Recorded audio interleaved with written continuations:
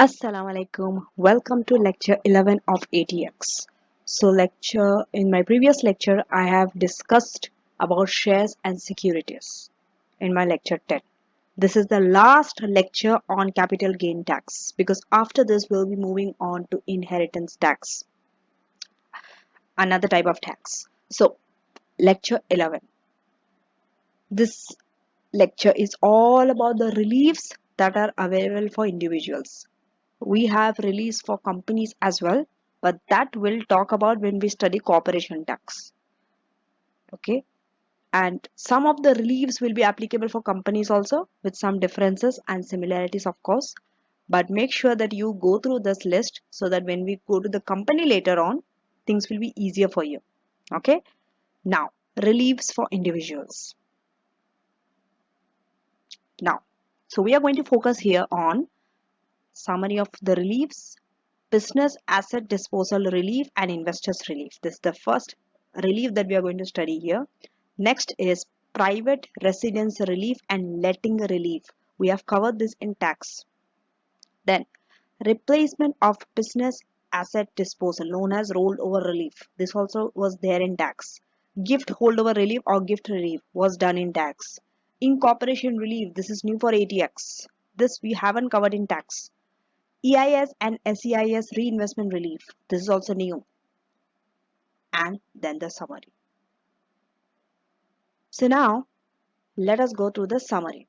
Okay. So first, the reliefs are divided into three types. First are those which reduce the tax rate to 10%. We all know CGT rates are 10 or 20 or 18 or 28. 18 and 28 if it's residential and 10 and 20 if it's commercial properties. Okay. So here we are mostly talking about business assets. That's why 10 or 20%, not 18 or 28. So for the higher rate income, it is 20%. If you are lower rate, 10%. But if you don't fall in the basic rate also, still there is a relief known as reduced 10% tax rate. That means if you do certain investments, your tax rate will be lowest, it will be 10%. It will be reduced to 10%.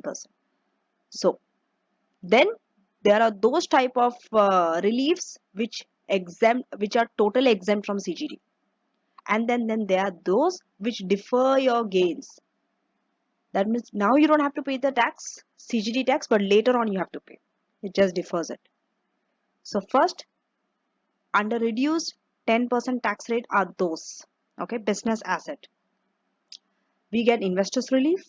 For investors relief, 10% tax rate and business asset disposal relief. So these two types of relief we have to, the tax rate will be 10%. And if it is exempt, we have two categories, non-business asset and business asset. If it's non-business asset, we get private residence relief. Private residence means wherever the owner is occupying. Remember, there could only be one residence only. He might be having many residences, but he can only claim for one residence. He can only claim the PRR, the private residence relief, which is 100% exempt, provided he occupies the property for a certain number of days. We'll see that later when we go to private residence relief. It's a non-business asset, so it is exempt from CGT. Then another type of relief is letting relief. Letting relief means where we let out our residents. There are also reliefs exempt. Then for business or non-business, we have SEIS reinvestment relief. It exempts it from CGT. Then deferrable gain, we have business asset and non-business asset. So under business asset, we have rolled over relief, we have gift relief, and we have incorporation relief. They just defer the gain. Incorporation means when we, from individual, we become a company. Okay. Then for business or non-business, we have EIS reinvestment relief. Now, introduction. After calculating gain, see the previous three lecture 8, 9, 10.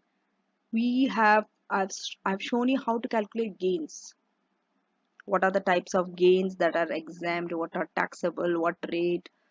Now after calculating gain, we have to see the reliefs that are available. Okay, and this relief, you will always get some reliefs in your exam. It's a question which is 100% tested. Okay, and main reliefs at ATX are Incorporation, EIS and SEIS reinvestment relief. The other reliefs you have covered in tax. So it's just a quick revision. Therefore, it's important to calculate the amount of relief. You have to know the conditions also, which condition needs to be satisfied for you to get that relief. And if you get the relief, what are the tax implications? You should be able to explain.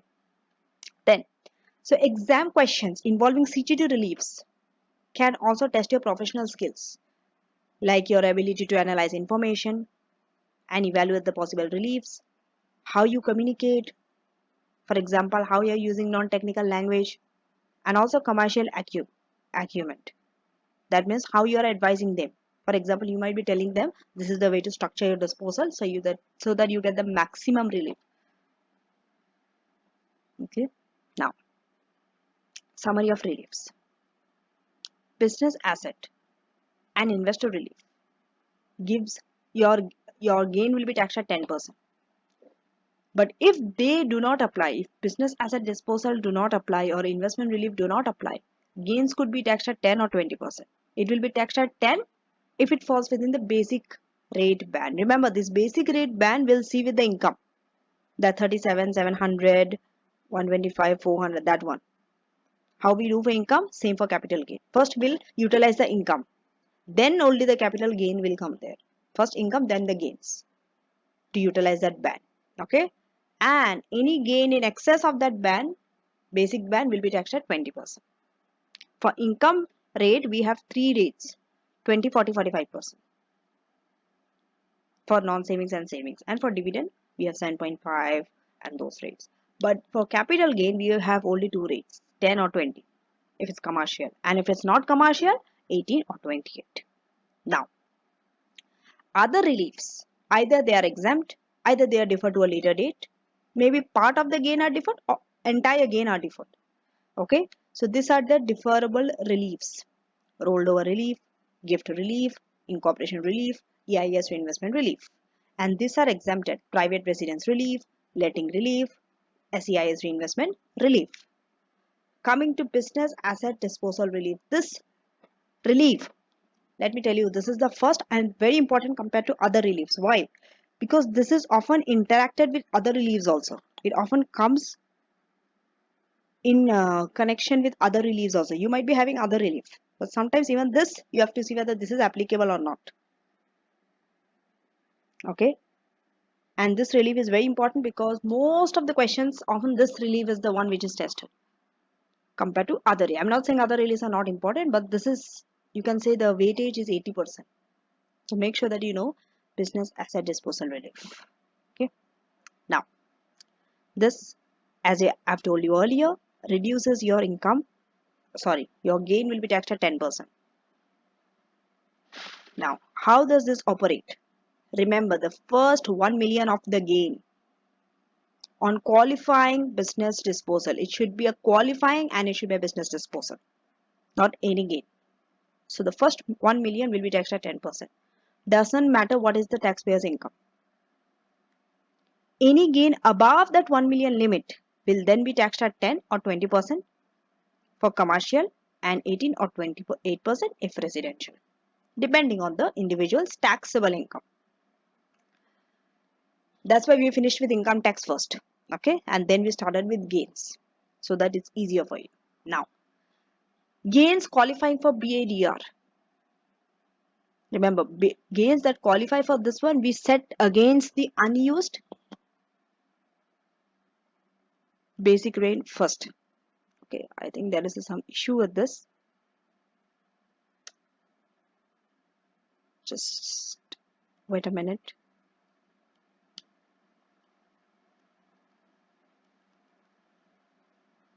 Yes.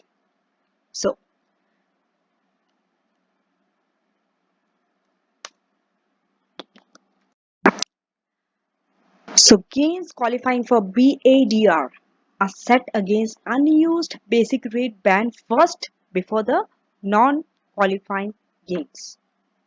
Okay.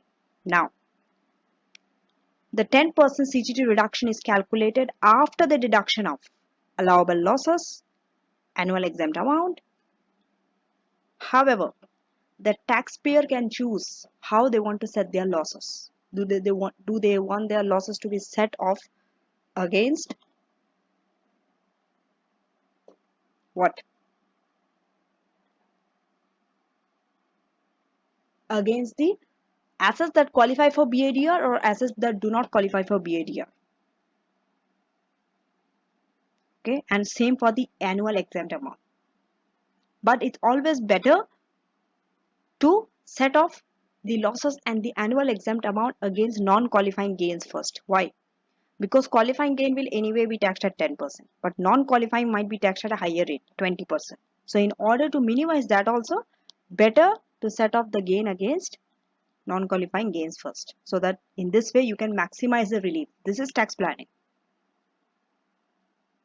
Okay.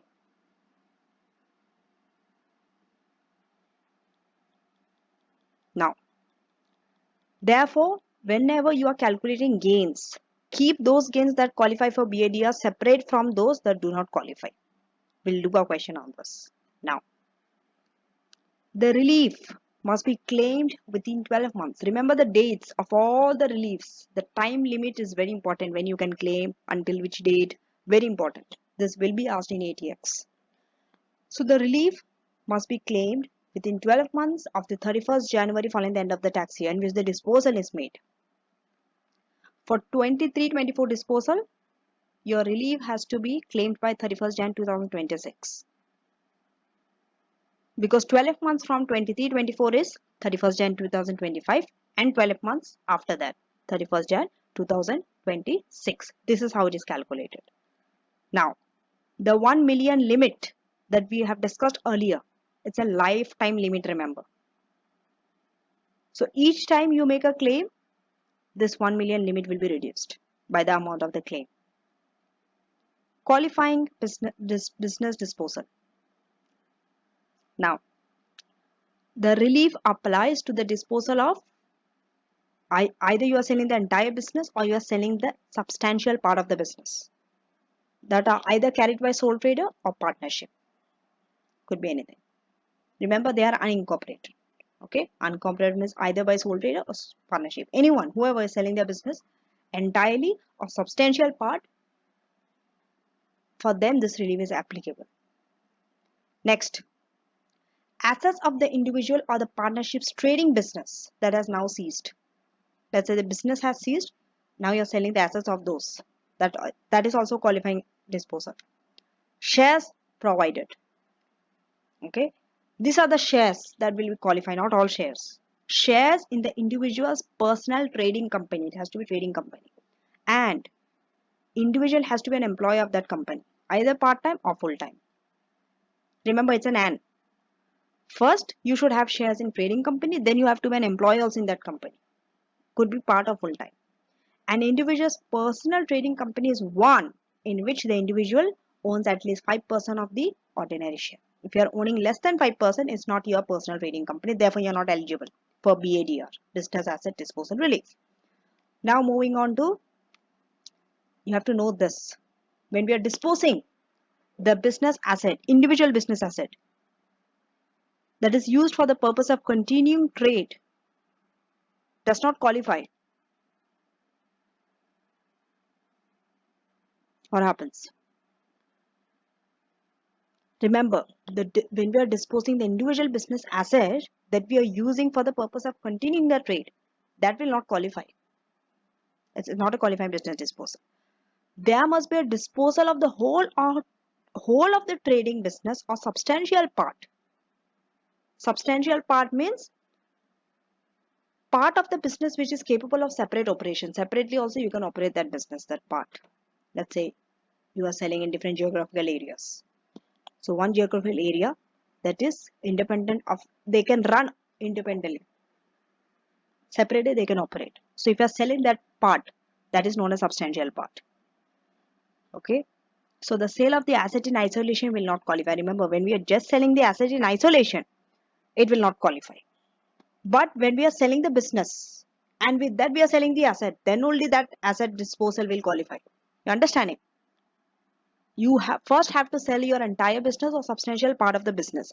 Only those assets that you are selling when we are disposing the business or substantial part, only those assets when we are disposing will qualify. Not just individual asset you are selling off. Individual business asset, if you just dispose, will not qualify for the relief. Now, where the disposal is disposal of assets, not shares, relief is not available. Relief is not available on gains arising from the disposal of those assets held for investment purpose. Remember, if you are having an asset but it's for investment purpose, and when we are disposing assets related to it, will not qualify. It has to be for trading purpose. And we are talking about assets only, not shares here. There is no requirement to restrict the gain qualifying for relief on shares by reference to any non-business assets held by the company.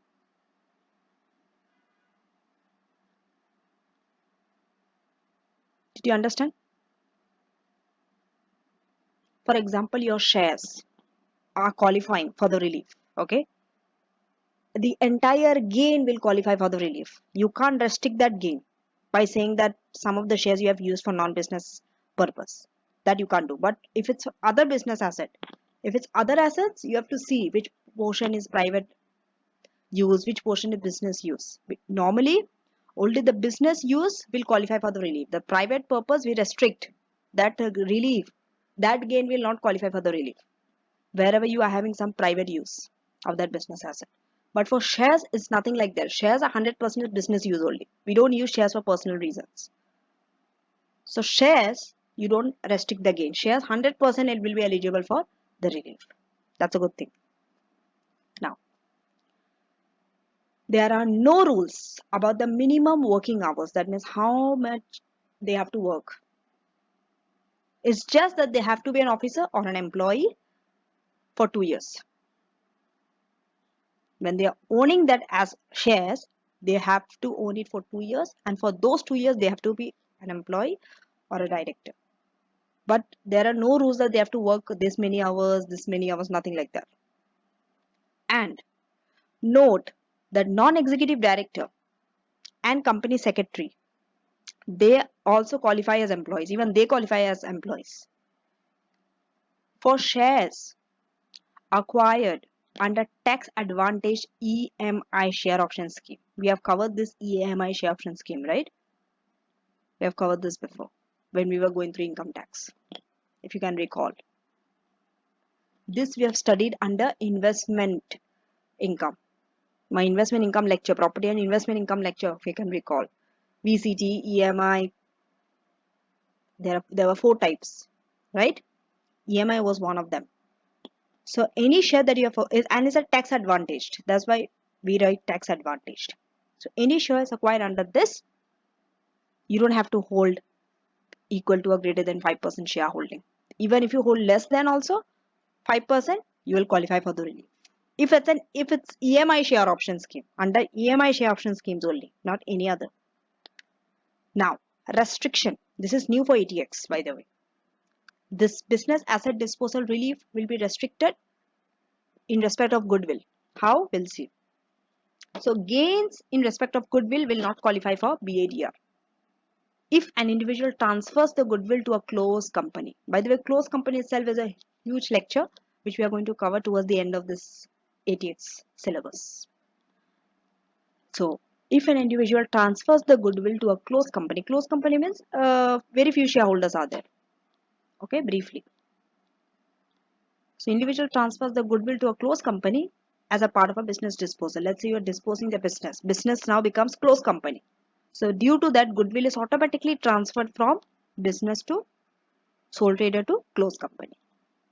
And immediately after the disposal, the individual is the shareholder in the company. Earlier, you were the sole trader. Now, you only became the shareholder of that new company. And you are still having the goodwill. You will not qualify. Okay. The restriction does not apply in this condition. Restriction does not apply means you will qualify for the relief. BADR.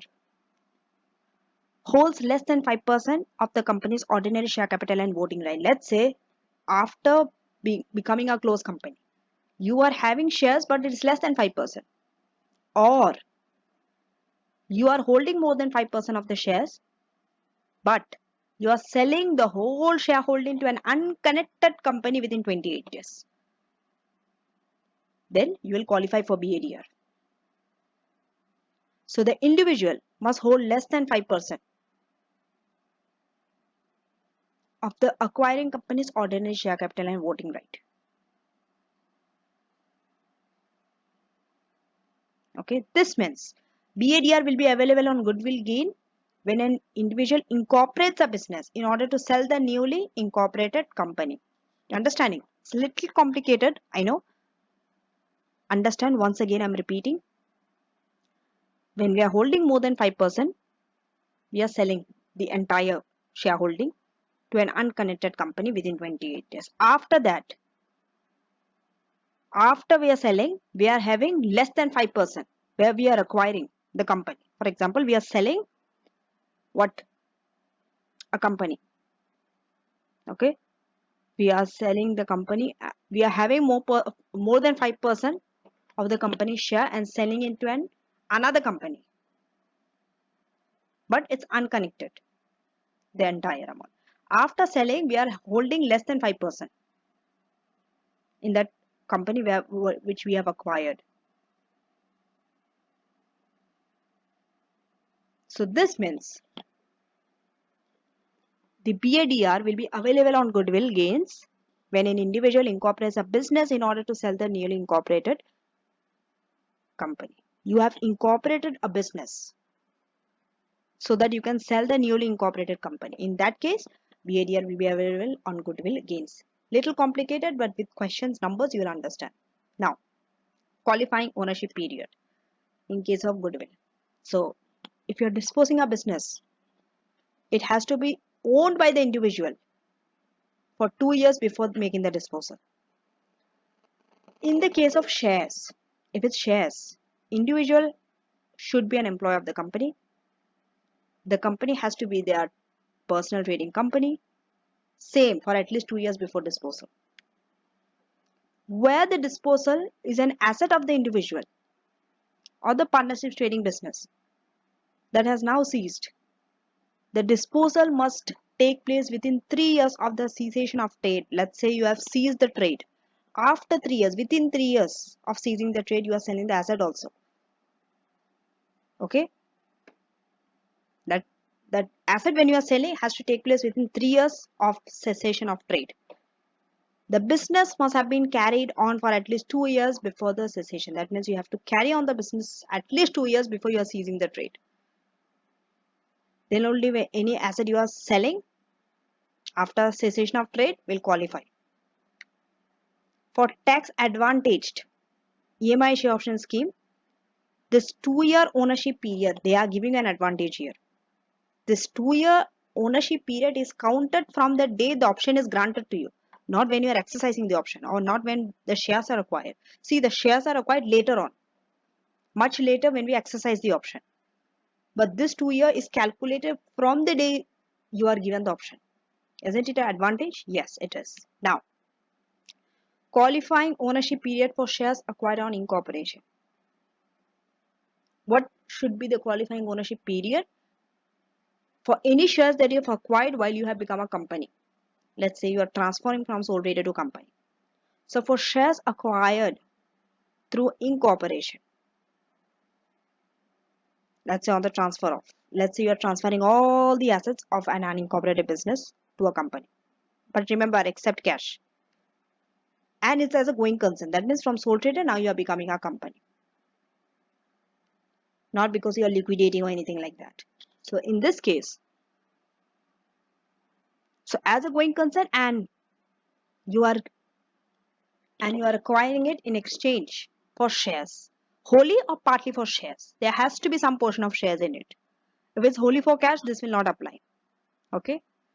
So if exchange wholly or partly for shares, the period of ownership of the unincorporated business can be counted towards the 2-year ownership period of BDR on the disposal of shares. See, when we are disposing the shares, see, understand the scenario. First we were sole trader, now we are becoming a company. So When we become a company and when we are disposing the share, the 2-year ownership period is counted from the date that we have started the unincorporated business. When we have started owning the unincorporated business, it's an advantage. Okay, so how long you have owned the unincorporated business will also be counted in the 2-year ownership period when we are disposing the shares. This is for claiming business asset disposal relief. This only takes place when we are changing from unincorporated to incorporated as a going concern with wholly or partly shares. Now let us do questions. Illustration 1. So we have illustration 1 and test understanding 1. In illustration 1, you have to calculate Kim's capital gain tax payable. Okay, so you have been given here Sim is selling her trading business and these are the gain and losses. So from factory 275,000 gain, Goodwill 310, warehouse and investment property. Okay, there's a loss in investment. Sorry, there's a loss in warehouse. All of the assets has been owned for many years. So the moment they say many years means the 2 years ownership has been satisfied. Okay, if it was less than 2, they would have told. And it's a trading business, which means this is eligible for BADR. You always have to test whether it is eligible for this one or not. Now, Kim also sold her shares in an unquoted trading company and there's a gain of 600,000. She owned 25% of the ordinary share, which was purchased 10 years ago. She has worked for the company part-time for last 3 years. Kim has not made any other capital disposal in the tax year, but she has capital loss brought forward of 9,000. She has never claimed any business asset disposal relief in the past. That means that 1 million limit is still there. And her only source of income is trading profit of 40,000. This itself shows she will be eligible for 20% because basic rate band is utilized. No, this is trading profit, not taxable profit. Remember, you have to deduct 12,570 personal allowance from this and get. Okay. Now, so let's quickly do that. Okay.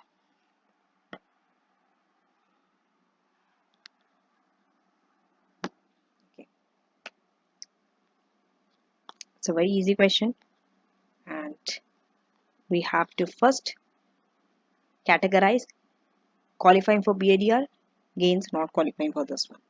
Remember to separate this thing. So if you see this list out of it, which one will qualify?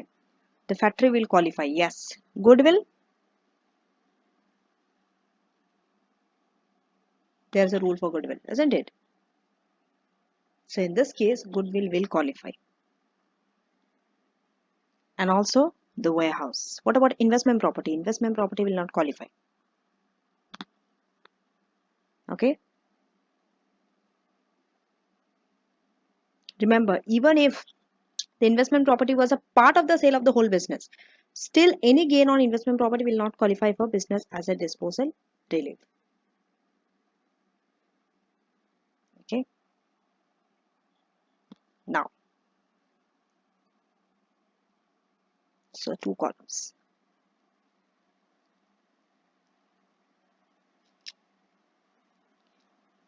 Qualifying for this and not qualifying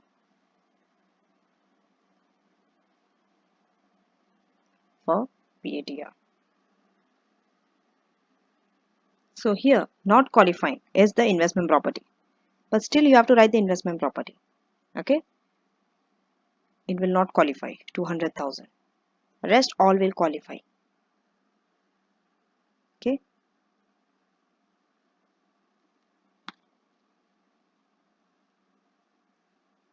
Sale of trading business, because this is a sale of trading business. Factory comes as a part of it, Goodwill comes as a part of it, and warehouse.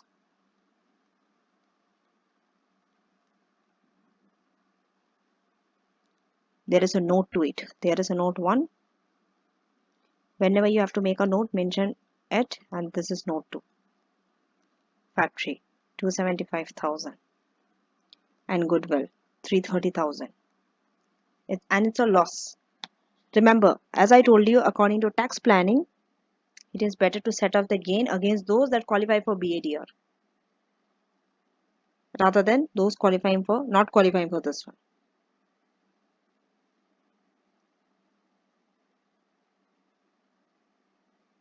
And remember, the gains after netting off all the losses. If you want to find out the gain on the disposal of an unincorporated business, okay, even the warehouse is a part of it.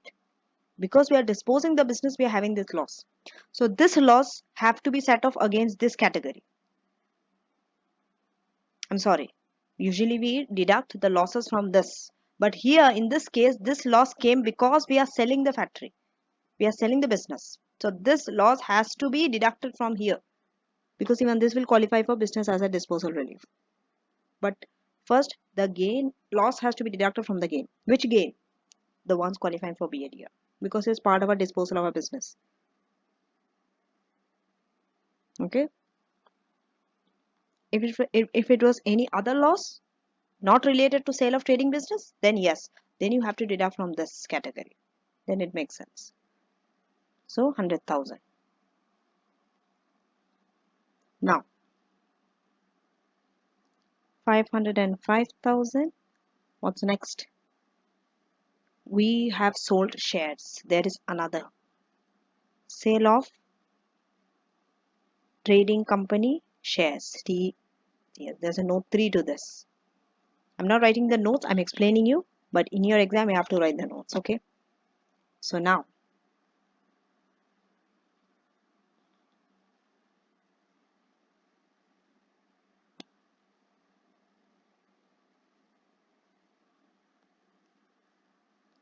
there we have also sold a share and realized a gain of 600,000. So after the 1 million gain qualifying for BADR that has been taxed at 10%, any remaining gain then do not qualify, and then they will be taxed at the appropriate rate depending on the taxable income. Okay.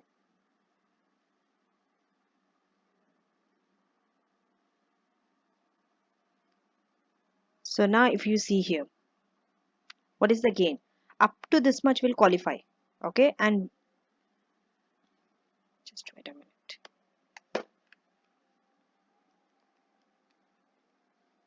And we have made a gain of 600,000, but this 600,000 you can't claim BADR for the entire amount, because out of the 600, that 1 million limit, this much has been claimed. So it's the balance 1 million, right? First 1 million only you can claim for BADR. So how much out of 600,000 you can claim? Only 495,000, the balance. If you add this together, it will be 1 million. So out of 600,000, you see the gain here 600,000. 495,000, the remaining will qualify, and the balance 105,000 will not qualify for BADR.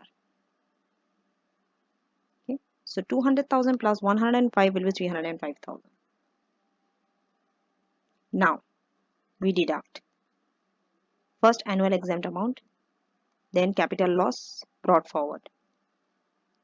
So annual here we don't. There is a note to it.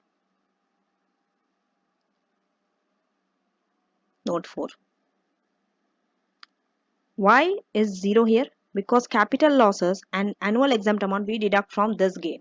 Gains not qualifying for BADR, so that we can reduce the gain further. Okay, that's why we don't deduct anything from gains qualifying for this one. Here we'll deduct 6,000. Same with the loss. What was the loss? 9,000. So here nothing, here it's 9,000. Under the same note. Now, taxable gain.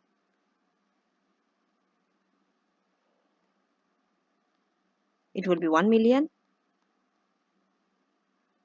and here 290,000. So now this 1 million would be taxed at 10% and this would be taxed at 20%.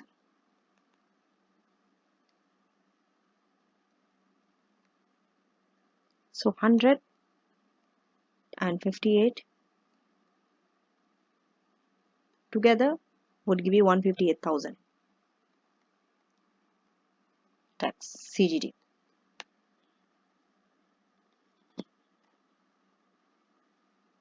Okay. Now, one more thing. If you check the taxable income, how much was it? 40,000. So 40,000, if you deduct the personal allowance, it's trading profit, not taxable. You are going to get 27,430. Okay, this is the taxable income. So basic rate, what is the basic rate? 37,700 minus 27,430. Basic rate remaining is how much? 10, 20, 70.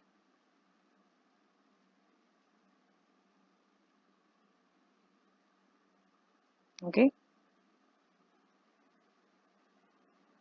So remember, the gains that qualify for BADR will utilize this first. First, they will utilize the basic rate where it's always the rule. Any gain qualifying for BADR, they will utilize the basic rate band first. So the basic rate band of 10, 20, 70 remaining will be setting up against the gain qualifying for BADR. So the entire 1 million is more than this. Right? So the balance, this is this 290. Balance will be taxed at 20%. Okay. In this case, there is no need to calculate the basic rate band. Why? Even if TAM does not have any taxable income, no need to calculate the basic rate band. Why is it? Because the gains that qualify for BADR is 1 million. We have utilized 1 million. Hasn't it? And it's greater than 37,700. No need to calculate. Balance will be at 20% only. So non-qualifying gain will be taxed at 20%. This situation comes when we have utilized less than 1 million, less than this amount of BADR, then only. But since we have utilized 1 million entirely, gain is more than this, no need to calculate basic rate band. Remaining gain will be taxed at 20%. Now coming to test understanding 1. Here, the requirement is calculate Paolo's CGT payable for the 2 tax years, this one and the next tax year, and state when the tax is due. Okay. So now, Paolo is selling shares in this tax year, which is an unquoted trading company, gain of 430, and she has worked for the company, owned 10% for the last 5 years. Trading business was set up in 15, and he sold a warehouse, gain of 245,000. Trading income is 38, no other source of income. And in the next tax year, sold the rest of the business also to another sole trader. This is the factory gain, this is the goodwill gain, and assets has been owned for many years. That means 2 years ownership has been satisfied. Sold an antique table also, realized a gain of this much. Trading profit is this much. Before they have claimed business as a disposal relief of 200,000.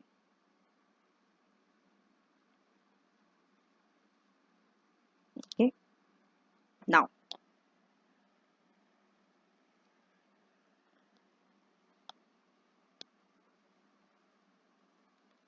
so let's quickly do that. Qualifying for BADR and not qualifying for BADR. Same.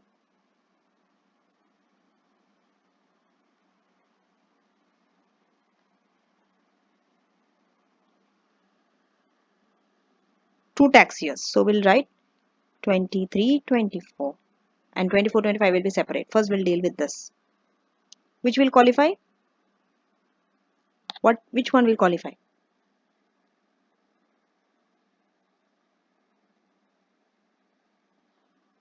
We'll see.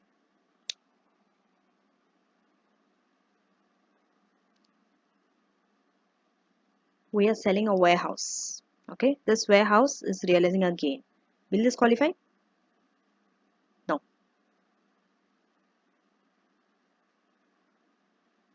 Why? This gain will not qualify. No. Please understand why. Because the disposal of the warehouse is the disposal of an individual business asset that is used for the purpose of trade, continuing trade. And if you want to qualify for business asset disposal relief, then that disposal, there must be a disposal of whole or part of the business. If you are individually selling an asset, it will not qualify. But if you are selling an asset because you are seizing the trade also, you are selling the business also, because of that you are selling the asset, then only it would qualify. Okay. But here they have not mentioned anything about selling the company, selling the business. They have only told they have sold a warehouse. So this 245,000 will not qualify.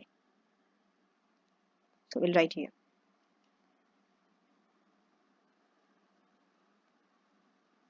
Warehouse, not qualify. And reasons you have to write as a under notes, note 1. Then we are selling the company share. Yes, company share would of course qualify for this one. How much? 430,000.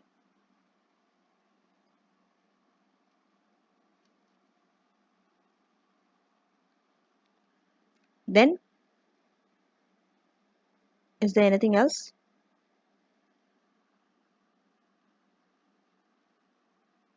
Nothing. The next information, this are from the next tax year. So for this we don't have any other gain. We'll close it off. Do not forget to deduct your annual exempt amount from gains not qualifying. Yes, we'll deduct from here. And no capital loss brought forward. So taxable gain. How we have taxable income? Here we have taxable gain. 430 and 239,000. Done.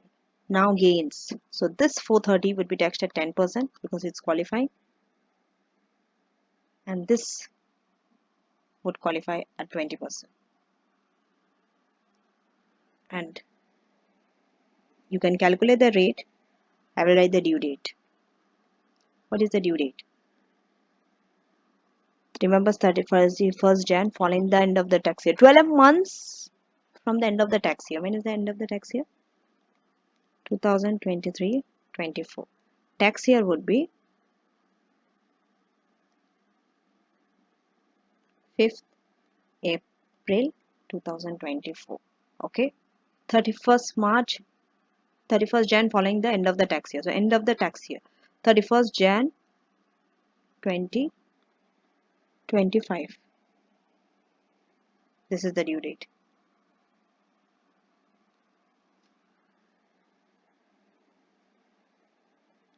What is the question they asked? Remember, this is due date for what? Not claiming BADR. This due date they have asked when the tax is due, when the CGT is due. CGT is due 31st Jan following the end of the tax. End of the tax year is 5th April 2024, 31st Jan 2025. Okay. Now moving on to 24-25. Okay.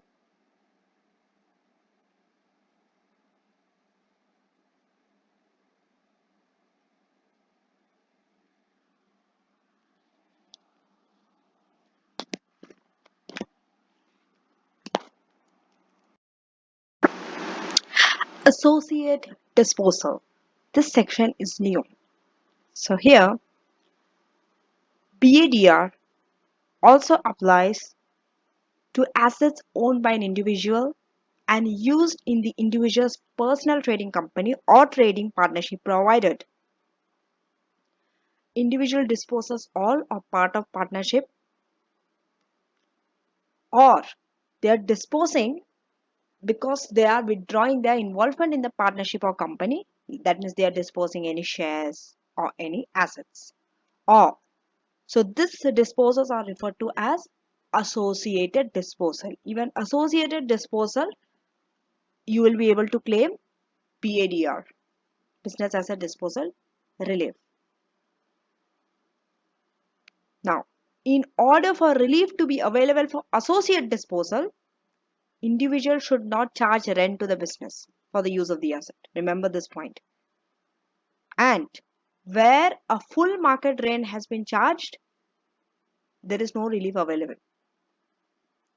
Where the rent is less than the market rate, the relief is restricted to a just and a reasonable basis. Now let us do a question on this.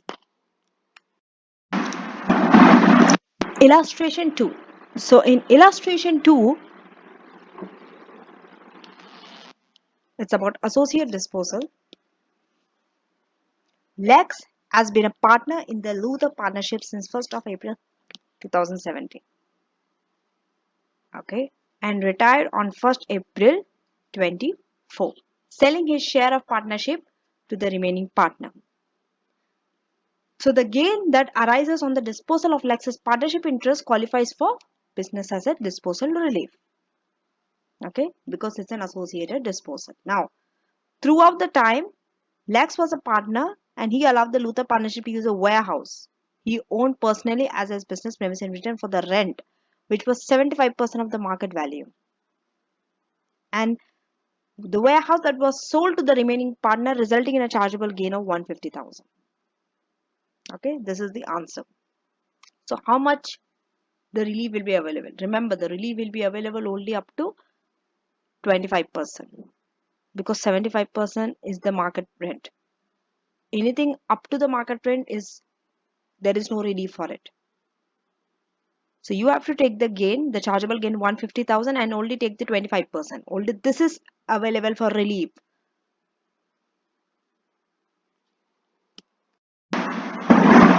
Now, the next is interaction with EIS, Enterprise Investment Scheme. This is new, but Enterprise Investment Scheme I've covered in my lecture Investment and Property Income. Okay. Now, so any gains qualifying for BADR that are deferred by an investment in EIS share still qualify for BADR on becoming chargeable. What happens when it's an EIS share? You defer the gains are deferred. It's not chargeable, it is deferred. Even after deferring, still BADR, it can qualify for BADR on becoming chargeable.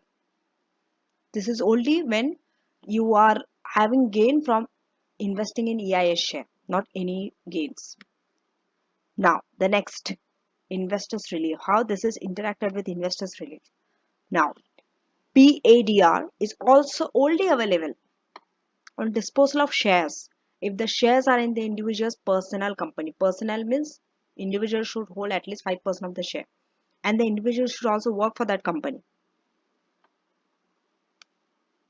Then, so the investors relief, this is a new relief. Okay, this investors relief, this was introduced to extend the benefits of BADR to certain investors who do not qualify for the BADR. Okay, now investors relief, this is another relief. From BADR we are moving on to investors relief, but the way it operates, the nature is same. That's why we have put them together, under one category. This applies to the disposal of unlisted ordinary shares in a trading company. That means for the smaller companies, like if you are having an AMI shares. Then subscribe for newly issued share. That means any share that you have subscribed for on or after 17th March 2016. Investor relief is applicable. And minimum period is 3 years for investors relief. That is starting on 6th April 2016. You should not be an employee of the company to get this relief, unlike business asset disposal relief. And same like business asset disposal relief, gains are taxed at 10%. And the lifetime limit is 10 million.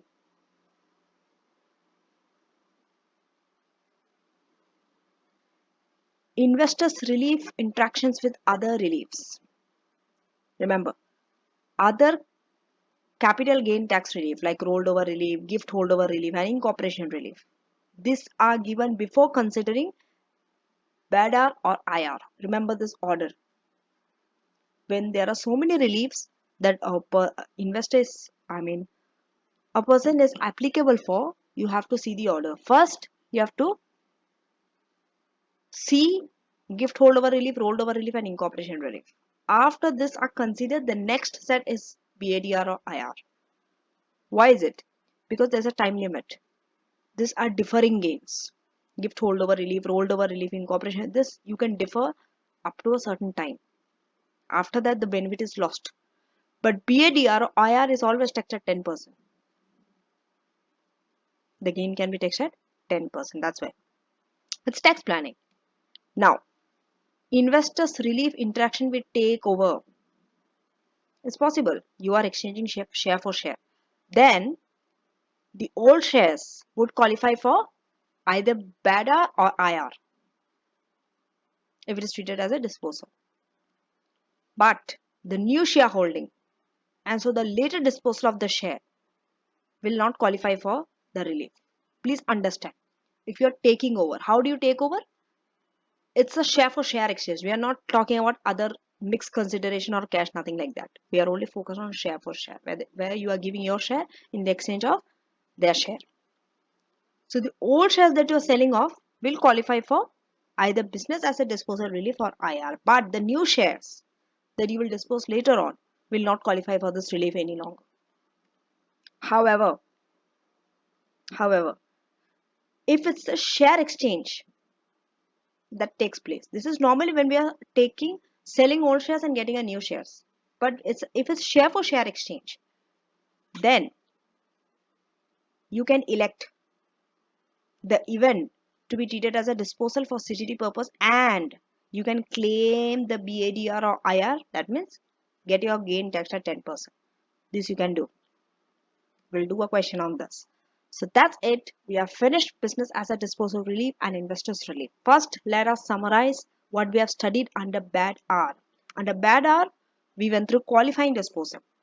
If these are the things you are disposing, you are eligible for BADR. Number one, you are selling all or part of the sole trader or partnership business. Second, you are selling the assets of sole trader or a partnership, not just individual asset. Following a cessation, that means you are seizing your business. That's why you're selling the asset. You're seizing your partnership. That's why you're selling. As a result of that cessation, you're selling the assets of the partnership. Then only you will qualify. If you're individually just selling an asset of a sole trader or a partnership that is still running, remember, you are not eligible for this relief.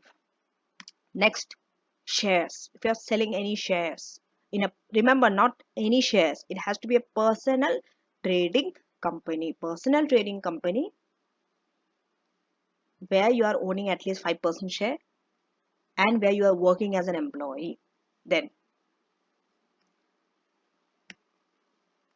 now, if you're working, time period doesn't matter. You can work for full time or part time, doesn't matter. But you should own at least 5 or greater than 5%. If you're owning less than 5%, remember, you are not eligible for this relief because it's not your personal trading company. Even if you are an employee or not, both has to be there. It's an and condition. Own greater than 5% and employee. Next thing, associated disposal. Qualifying disposal are very easy. Selling business, selling the assets of that business, selling the shares of that personal trading company. Three things. Coming to associated disposal. That means this disposal are associated with something, some event. So assets owned by individual used in the individual's personal trading company, partnership. Okay. So now you are selling the assets. Sold at the same time as shares and partnership interest. When are you selling the asset? You are selling that asset when you are selling the business also. When you are selling the partnership also. Or when you are selling the shares in that business. At the same time you are selling asset. That is known as associated disposal. You will get the relief. Disposal made as a part of the withdrawal from a business. Why are you making the disposal? Because you are withdrawing from the business. So as a part of it you are disposing. And remember, You are not charging full rent. If you are charging a full rent, no relief. If you are charging rent less than the market rent, whatever the rent you are charging, that much relief you will get. And if you are charging no relief, no rent at all, full relief you will get. Okay. Now, these are not qualifying disposal. If you do this disposal, not eligible. Individual assets of continuing business. I told you this earlier. Shares and investment. Remember, shares, if you are selling in a personal trading company, you are eligible for this relief, business asset disposal relief. But if it's an investment company, you are not getting the relief. Always check which company you are selling the shares, whether it's an investment company or trading company. Assets held as investment. Nope. Time limit for this relief. You must own 2 years before the disposal. You must own the business or the partnership interest for 2 years before you are disposing. And claim has to be made by 31st Jan 2026 for the current tax year. Now, how does this relief operate? Remember, this relief will only operate on qualified disposal and associated disposal. First 1 million of gain. This is a lifetime limit. Remember, each time you are making a claim, 1 million limit is reducing. After the 1 million limit is over, then it will be taxed at higher rate. Okay, then that 10% relief will go off. Taxed at only 10%. Remember, first, before applying the relief, you have to first deduct your loss and annual exempt amount. And this has to be deducted from your other gain, not the gains qualifying for this relief. Because anyway, this relief will be deducted from your gains, right? But the gains which are not qualifying for this relief, better to deduct your loss and annual exempt amount against unqualifying gain. I mean, gains that are not qualifying for this relief. Better to reduce against that first. This is tax planning. And gains qualifying for business asset disposal relief use basic rate band first. This you have to remember. When it comes to the basic rate band, any gain qualifying for this relief utilizes that band first. Then comes the other gains. Coming to the investors relief. If you have understood business asset disposal relief, this is the first relief we have touched in this lecture. Investors relief is follow on. It's very easy. It's a smaller version. Again, qualifying disposal. What are the qualifying disposal? Unlisted ordinary share. This was not there in business asset disposal relief. This is added. Unlisted ordinary share. What another difference with BADR? You should not be an employee. Still you can get the relief. And it is a trading company. Time limit. 17 March 2016. Anything subscribed after 17 March 2016, you will get the relief. Otherwise, no. Always check the date in the exam. You should hold it for 3 years. Okay, from 2016 onwards. Operation. First 10 million. For business asset disposal relief, it was first 1 million. Here it is first 10 million. Another 9 million advantage they are giving you. This is also lifetime limit. Same like BADR. This is also taxed at 10%. Here also, apply losses and annual exempt amount to the other gains, not the gains qualifying for IR. And same like BADR, gains qualifying for IR utilizes the basic rate band first. Now let us do a small question before we move on to our third relief, that is PRR. Test your understanding too. You need to calculate Nikita's CGT payable. Okay. So what are the reliefs we have studied? So far, two reliefs only. This one and this one. We'll see which one is Nikita eligible for. Looking at the information. Always you have to decide, reading the information, which one is eligible. You can't, the examiner might not, in the exam, the question will not tell you specifically. Okay, about reliefs, they're always silent, which relief to apply. Thus, you have to read the case study and understand in your actual exam. So, Nikita sold all of her shares in Sahara, realizing a chargeable gain of 13 million. Okay, since she's selling all her shares, it looks like a qualifying disposal, but we'll see more information. She has subscribed for shares on 5th August 2020. Issued new shares and taxable income is 60,000. She never worked for the company. So looking at the information, because they have given the date, it's after she has subscribed after 17 March 2016, and she have never worked for the company. And you have to see whether she have owned it for at least 3 years or not. If you see from 6th April 2016, she has owned it for 3 years. 6th April 2019. She has to own at least this. After this, if she is disposing, she is eligible for this relief, IRR. She is selling it for 31st Jan 2024. That means she have owned it for more than 3 years. Okay. And she have disposed shares in an unlisted trading company. Okay. It's an unlisted trading company. After 17 March 2016, owned for 3 years, after 6th April 2016, and she have never worked for the company. That means eligible for IRR. You should always write the basic facts. Okay.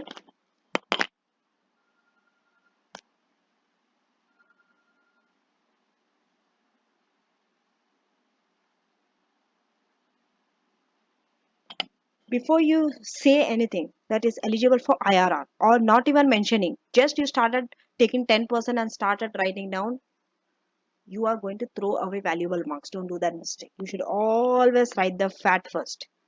If it's BADR, you have to write facts for this. If it's IRR, what are the 3 important facts?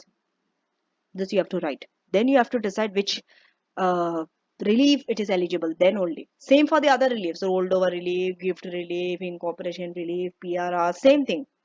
Since this is IRR, 3 important facts you have to remember. 3 star. This is about IRR. What is it? She's disposing shares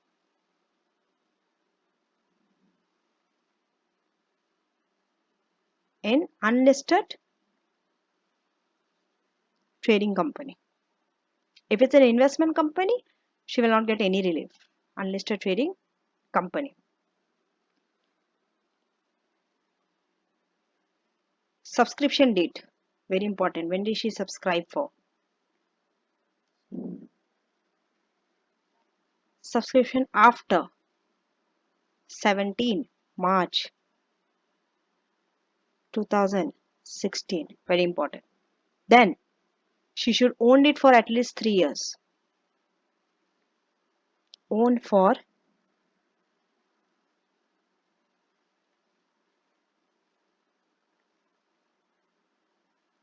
at least 3 years. When is it counted? From 6th April 2016. That's why you have to know this facts, very important. Any reliefs, you should know some facts. And next, the last one, never worked for the company. Even if she worked for the company also, she will get this relief because other things are satisfied.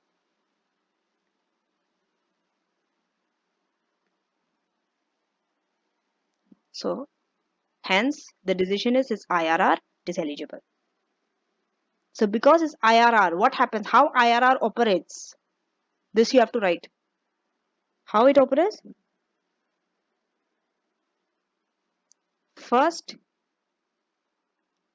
10 million taxed at 10%. Remaining 20%. Halas. This you have to write. Now let us do the question very well. So looking at the taxable income, it's a taxable income. That means they have already deducted the personal allowance and everything is done. It's 60,000. It is in the higher rate. Higher rate means your balance will be taxed at 20%. This is not a residential property, so 28% will not come. 20. Lower is 10. Chargeable gain is 13 million.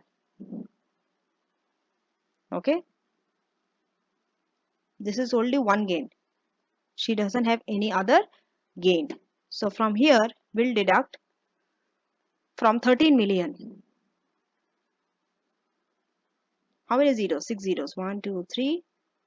1, 2, 3. We don't have any capital loss, but annual exempt amount. Since we don't have any other gain, only this one gain, deduct annual exempt amount 6,000.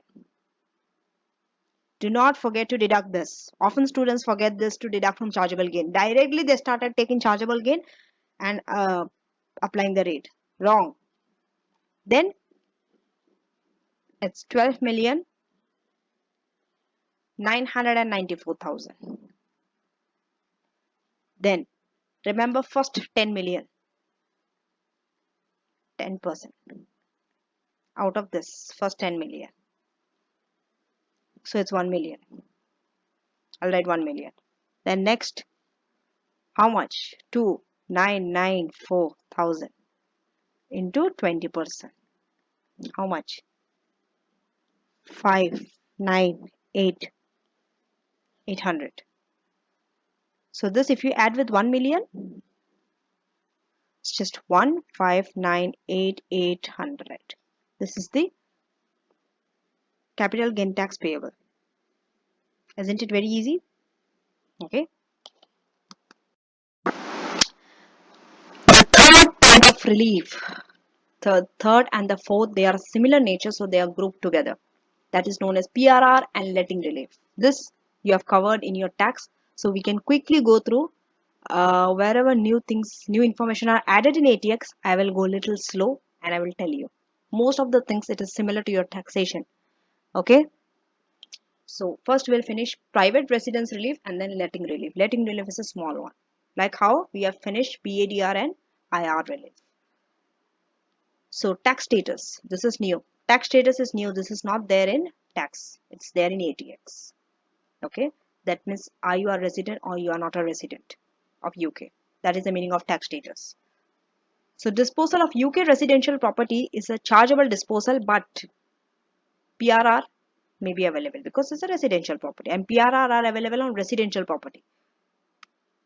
Before this we were covering business property, okay, non-residential. Now we are moving on to residential.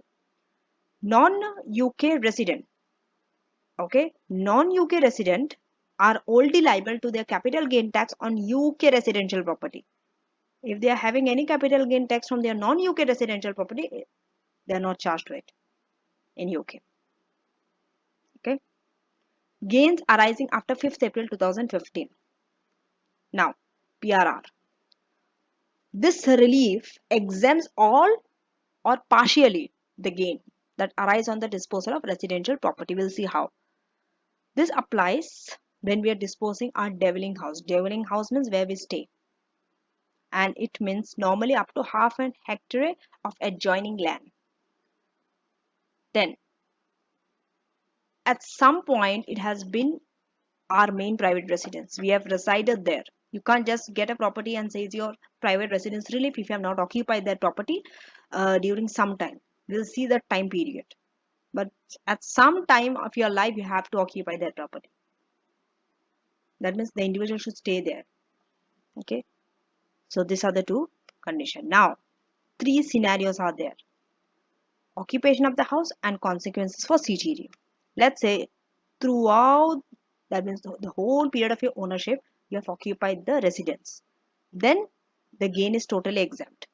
Let's say partially you are absent from the residence. Then first you have to calculate the gain and PRR is available. Third, part of the main residence is let out. That means part is let out, the other part the owner is occupying. So you calculate gain, PRR is available and letting relief is there. Okay. Remember this consequence is very important. Okay. Because if you are owning the property during the whole period of ownership, total gain is exempt. But if it's only partially, gain is available only partially.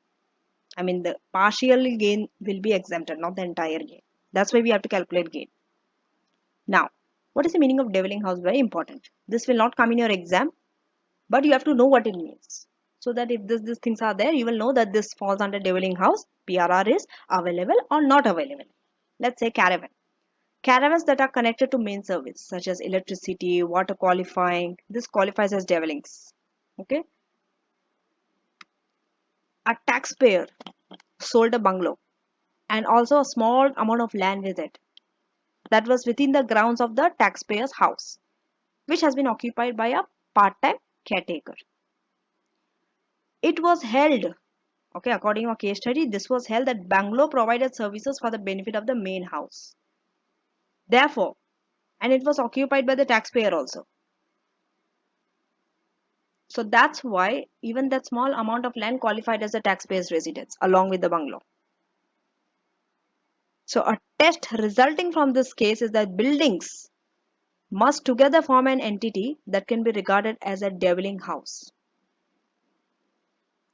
Although it might be divided into different functions, performing different buildings performing different functions, but that building comes as a dwelling house. Okay. Next, taxpayers owning a large property, which is divided into self-contained units. Only those parts that taxpayers actually occupies qualifies for the relief. Sorry, qualifies for the exemption. If you are not occupying those units of the whole property, you are not going to get any exemption. Next scenario. Taxpayer first sold a house and a part of a garden. Okay, first sold a house and a part of a garden, and then about a year later sold the remainder of the garden also at a profit. What happens? It was held that PRR exemption applied only the first disposal when we are selling the house and a garden. Because when we are selling the remainder of the land, it doesn't form the part of the owner's private residence. That time it was not a part of the owner's private residence. But you can reverse the order of the sale so that it falls under the exemption. If you're just selling a land individually, I mean independently of the building, remember, if you're selling the business separately, the land separately, it will not qualify for the relief. If you're selling the land along with the building, as a part of the building, then only it will qualify for the relief, the land. But remember, this again depend on the facts of the case study given to you in your exam. Okay, what is the size of the land, what is the purpose of the land sold, depending on that. Now, it's possible that a owner might have more than one residence. What to do in that condition? If you are having more than one residence, individual has to nominate which of them has to be treated as a main residence, principal residence for CGT. You have to notify HMRC in writing. There can't be more than one residence. You can have more than one residence, but your principal residence could be only one, and you have to nominate which one. And this election has to be made within 2 years of acquiring an additional residence. If you don't do it in writing, HMRC will decide which one is your principal residence. Now, coming to married couples and civil partner. If you are a married couple, that means you are not being separated or divorced, you are still married, you are only entitled to one residence. You can't have two separate residences. The married couple will only have one residence for the purpose of claiming PRR. How does this relief works? It depends on the occupation. How long are you occupying? Okay. Let's say you are absent from that private residence. It could be anything for any reason. Let's see. If you are absent, you have to calculate a gain. Then you have to calculate the total period of ownership. You have to calculate the period of occupation. Calculate amount of PRR. This is how you calculate PRR. First you calculate gain into period of occupation divided by total period of ownership. This will be in days, okay, number of days. And if applicable, calculate letting relief if it's available. If you have not let anything, no need to calculate the fifth one. So this is the order. Now, coming to period of occupation. Any period of actually you have occupied is known as actual occupation. It will be counted. The last 9 months of ownership is always taken as period of occupation. It is always exempt unconditionally. Whether you occupy, whether you were there in the last 9 months, doesn't matter. You will be given. The following periods, the important point is the third point.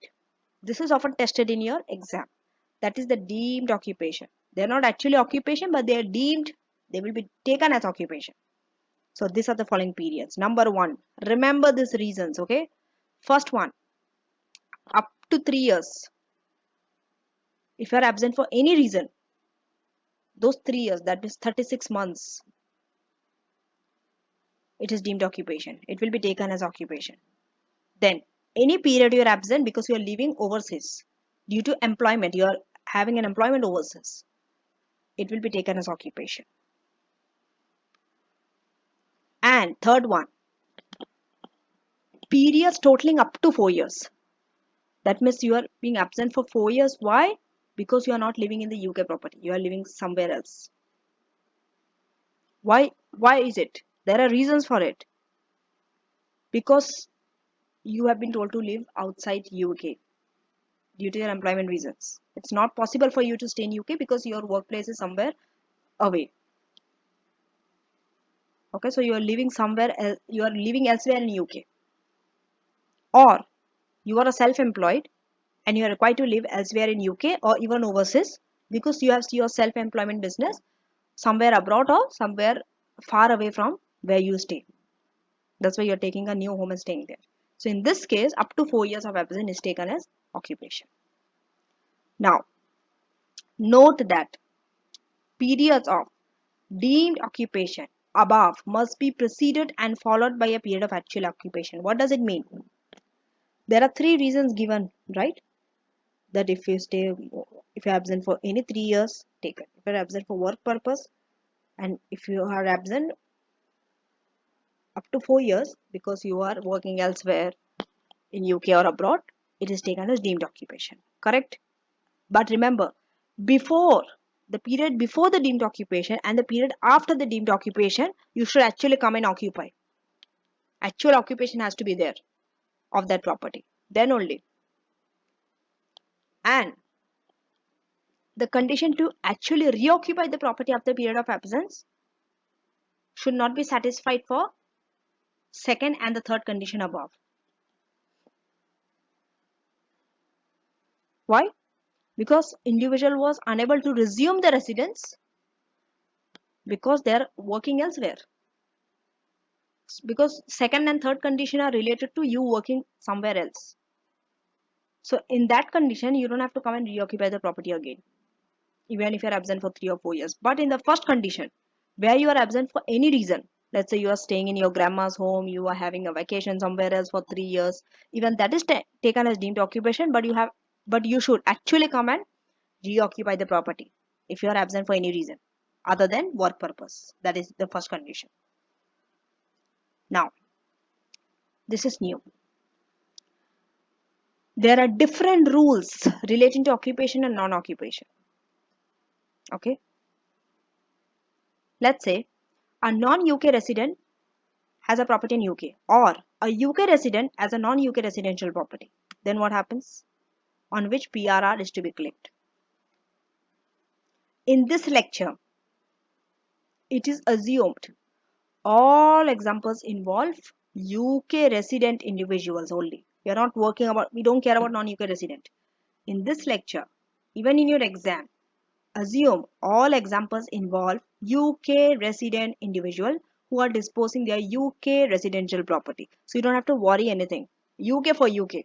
UK resident disposing UK residential property. And therefore periods of occupation are as stated above. Very easy. Now let us do a question before we move on to letting relief. So with this we have finished PRR.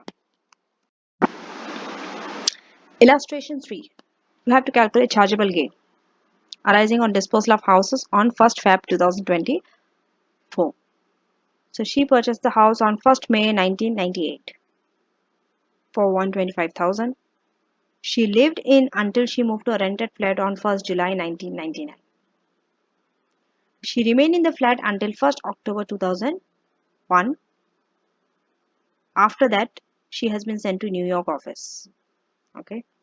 She returned to UK on 1st October 2022, moved into relative's house where she stayed until she returned to her own home on 31st Jan 2023. On 1st July 2013, she moved on with her girlfriend in Newcastle. She remained until she sold her house on 1st Feb for 350,000. Remember, before calculating any gain or anything, calculate the number of occupation. This you should always start first whenever you are given this relief, BRR and letting relief. So let us quickly start counting the number of days. Okay. You have to calculate the exempt months and the chargeable months. Let's quickly do that.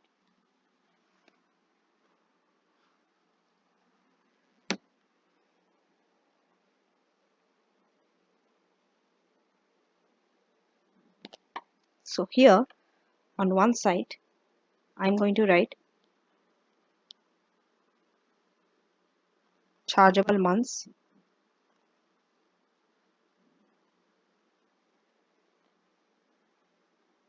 and here I'm going to write exempt months.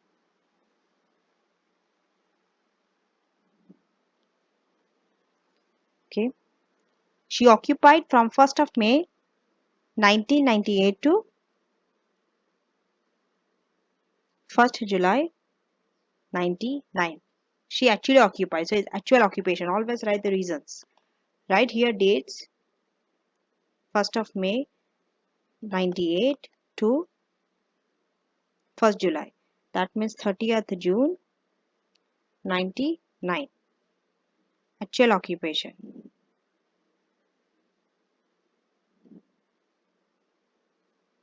Okay. Nothing will be chargeable. Everything is exempt. How many months?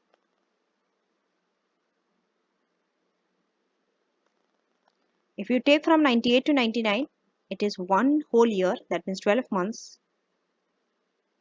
And it's May. So May and June. 2 months extra you have to add. So it's 14 months. Next. Follow the chronological order. After that, she remained in the flat until 1st October 2021. When was she absent? From 1st of July 1999 to 1st October 2021. That means 30th September 2001 she was absent.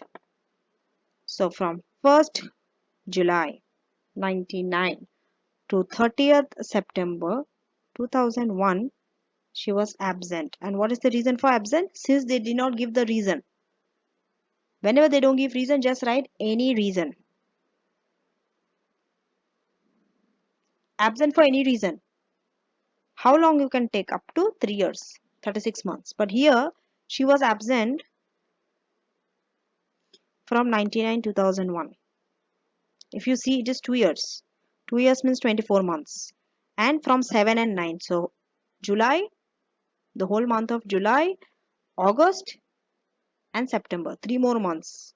So it's 27 months. 27 months it is exempt. Up to 36 months he can take. 3 years means 36. So 27 months exempt. Next. From 1st October 2001 to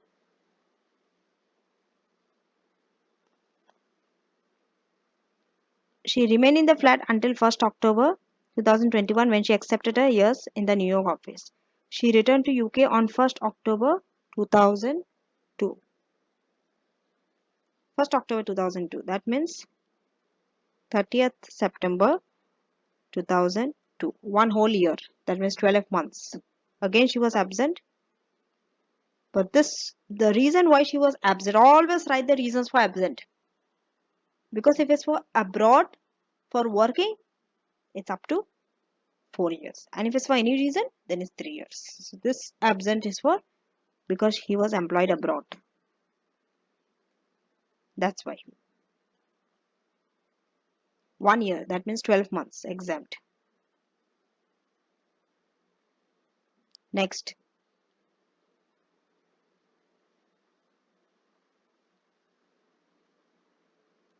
She returned to UK on 1st October, and on 1st October she moved to relatives' house and stayed there till 31st Jan 2003. So 1st October 2002 to 31st Jan 2003. Again, because she went to relatives' house means absent for any reason. We don't have to write relatives' house, just write absent any reason. How many months? From October 31st Jan. October, November, December, January, 4 months. Remember, this quota has not been over yet. Up to 36 months you can take. So another 4 months you can add here. Exempt. Okay.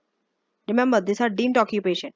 Absent any reason, absent employed abroad. These 3 are deemed occupation. Before deemed occupation, there was an actual ownership. Now, after deemed occupation also, there should be an actual ownership. Okay. But timing could be anything. Okay.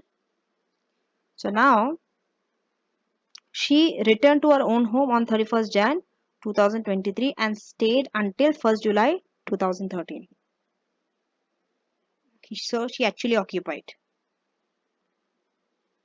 How much? 1st of Feb 2003 to when did she sell it off? 1st July. So 30th June. 1 day before, okay? 2013. This is actual occupation.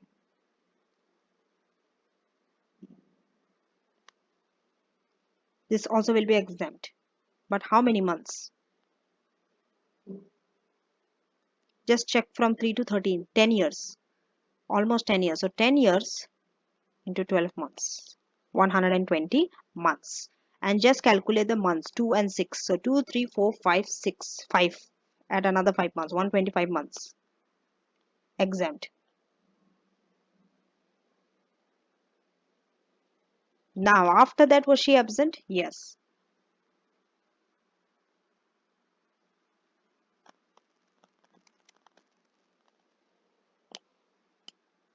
Remember, she sold it on 1st Feb. When is the year end? Tax year end.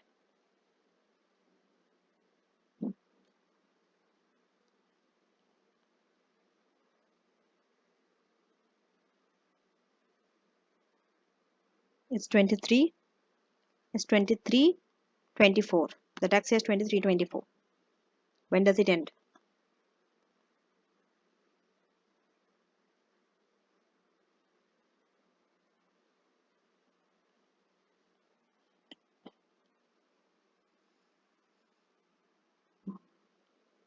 Okay. See. So from 1st July 2013, this date, to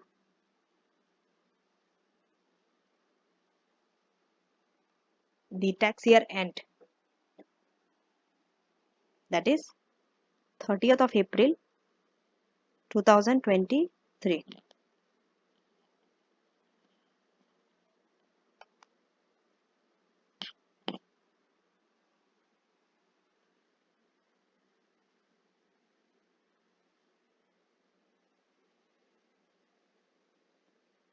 Okay. Remember the last 9 months. The last 9 months she will get.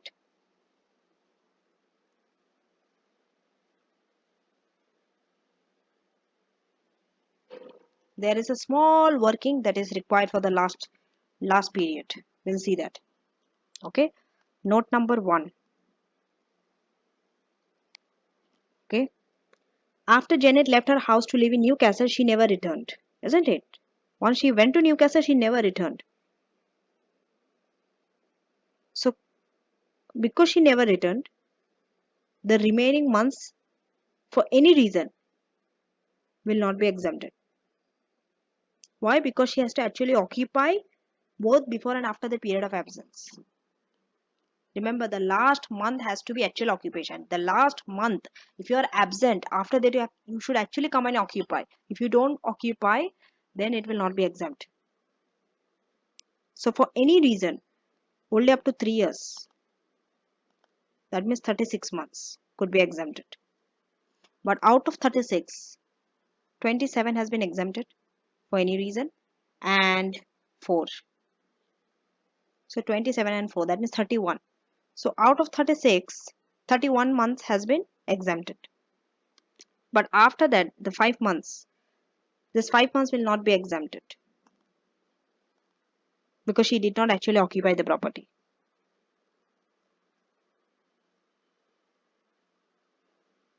And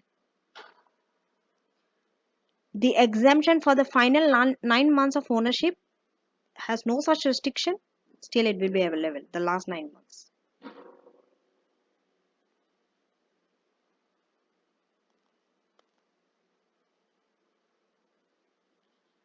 So when are we selling? 1st Feb 2024. Okay, we'll calculate the last 9 months. It's from 1st of May 2023 to 31st Jan 2024. Calculate May, June, July, August, September, October, November, December, January. The last 9 months. Last 9 months. How do you take the last 9 months? Just take your date of disposal, 1st of Feb 2024, and go back 9 months. Okay. Don't take Feb, take Jan. Jan, December, November, October, September, August, July, June, and May. So you have to start from May. Go backwards. May, June, July, August, September, October, November, December, January. 9 months. So this 9 months are exempted.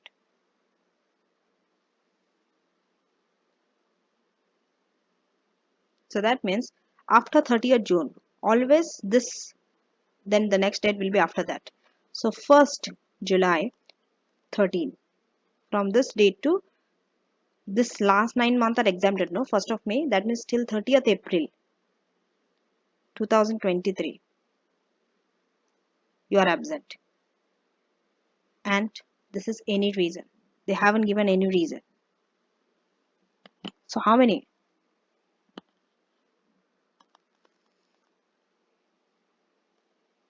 If you are taking, see this time, you can't take 13 to 23 because this month is greater. 7 is greater than 4. So we'll just take 1 year less. Okay. Just calculate like this. Go back. 1, 7, 13 to 30th April 23. So we'll take instead, we'll take 1 year less. From 1, 7, 13, we'll take 1, 7, 22. And then we'll add the remaining months. Okay. So it's easy this way. That means here it is how many years? 9 years. 9 years means 9 into 12 months. 108. 108 months. And 108 months, then from first this thing, you take 30th April 23. So July, August, September, October, November, December, January, February, March, April. 10 months.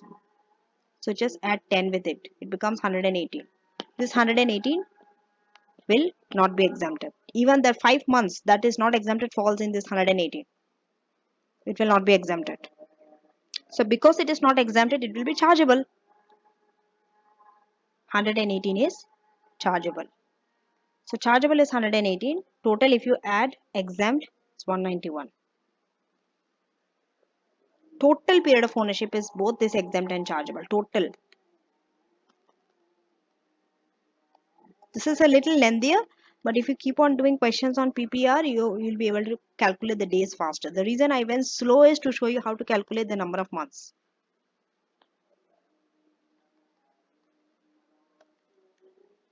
309 months. So exempt element will be 191 divided by 309 into the gain. The gain we have to calculate.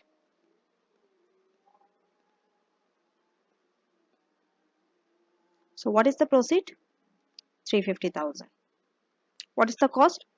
190, 125. So first take that. Disposal proceed and cost. It is 350,000 minus 125,000, 225,000. This is the gain. Okay. Just now we have taken. So 191 exempt period of month, total month into 225,000. 139,078. This is your PRR. Deduct it from here. 139,078. This is your PRR. And get 85,922. This is your chargeable gain. All this working, all of this comes under what? Working. Calculate chargeable gain. Your actual answer is only this much. Only this much. You see? But to calculate this much, you need this. And to calculate this, there's a working. That whole table is this working only, PRR. So please see the actual date, follow the chronological order, and absent occupation should follow the dates given in the exam. It's not like all the absent period in one and all the occupation. No, not like that. Okay. And always remember the rules while working, whether it is exempt or not exempt. So that's it. Now let us move on to a new relief.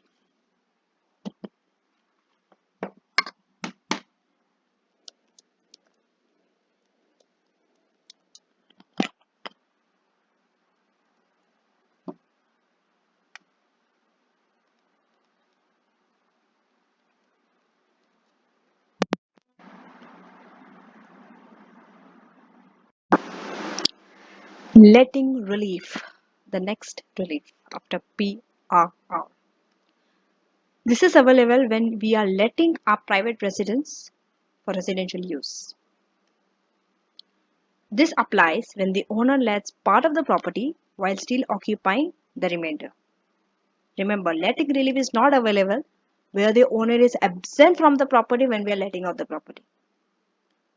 If the owner has one lodger who lives as a member of the owner's family, sharing accommodation and taking meals with them, full PRR will be available and letting relief will not then be considered.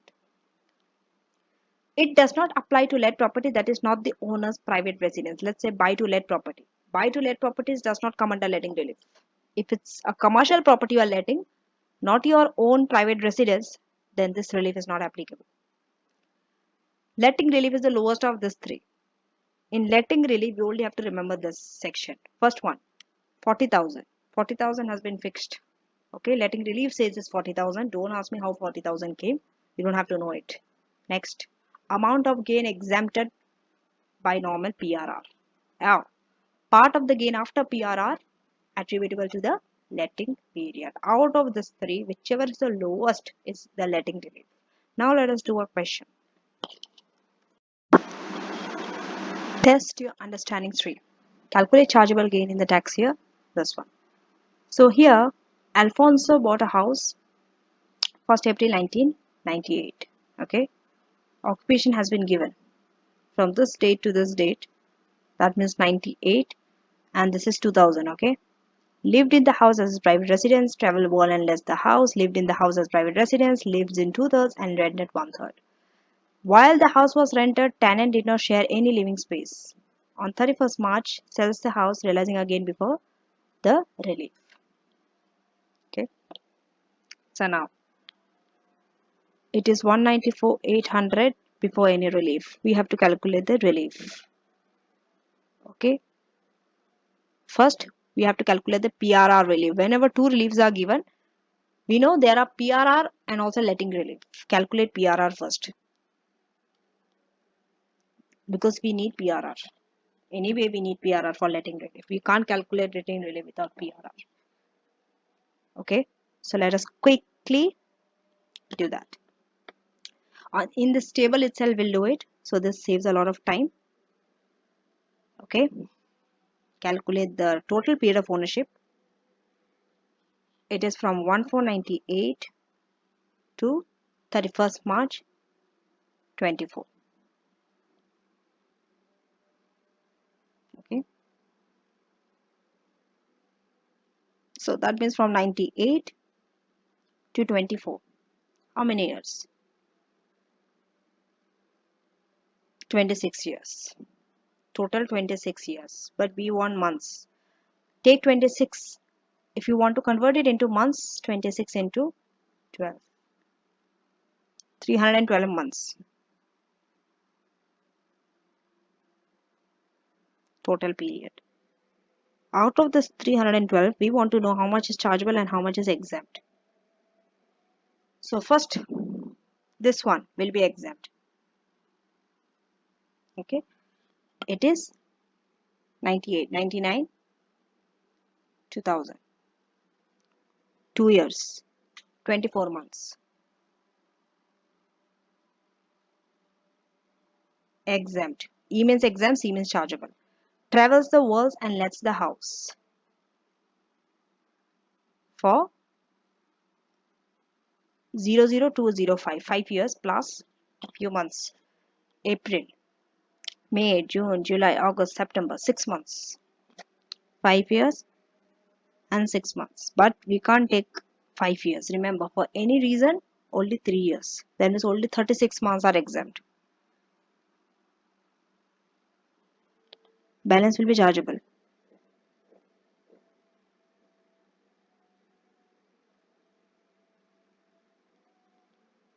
How many? It was 5 years, 6 months.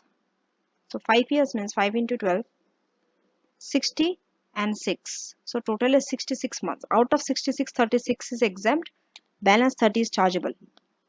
So I'll write 30 chargeable. Then 110.5 to 31st 3. Lives in the house. Again this will be exempt. Okay. How much?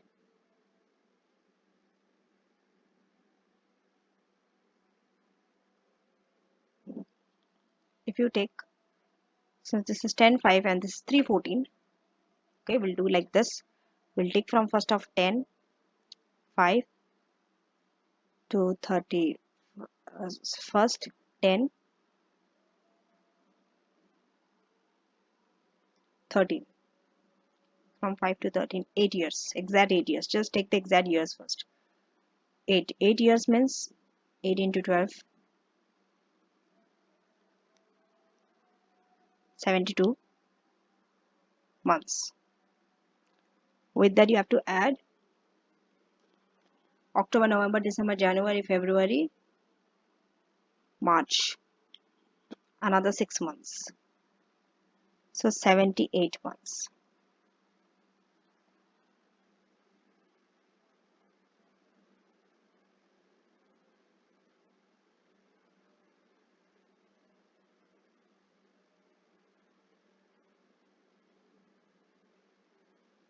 Wait, there has been a mistake done.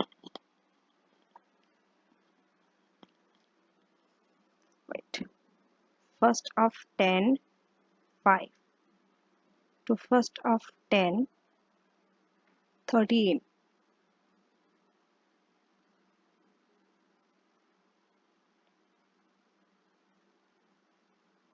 8 years. Okay.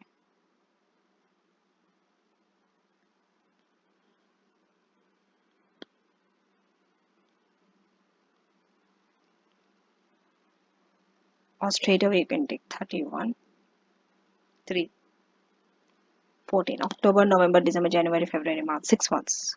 8 years, 6 months.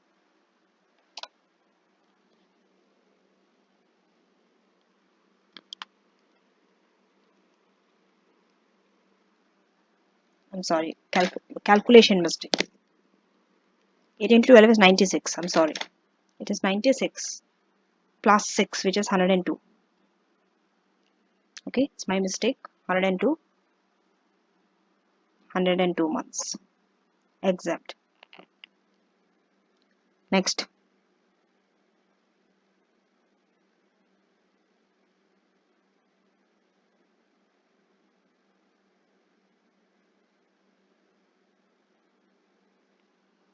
1414 to, wait, when we are going here, remember to go back 9 months from this, because last 9 months you will get the exemption. Okay, so 9 months exemption you will get if you go 9 months. Okay, it will be from July, August, September, October, November, December, January, February, March. Okay, from July 23. So it is 1st of July 23 to 31st March 24.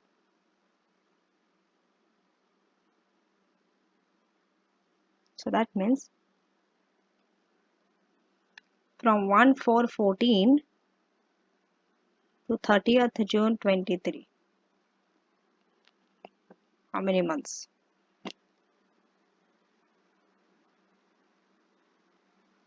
9 years and 3 months. 4, 5, 6. 9 into 12 plus 3.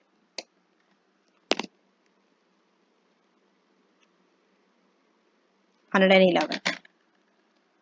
This is 108 plus the 3.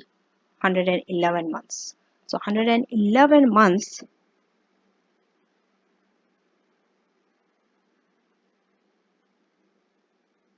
okay, is the total months. But out of that 111 months, you have to see which is chargeable and which is exempt.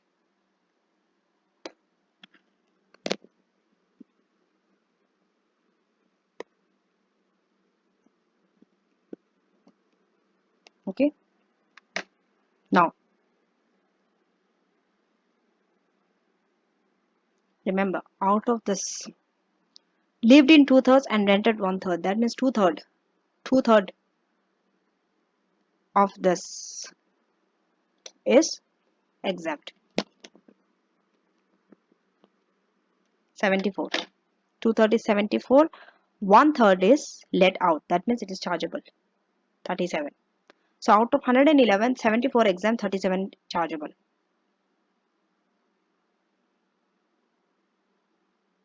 That is before 9 months. Okay. 74 exempt, 37 chargeable, and 9 exempt.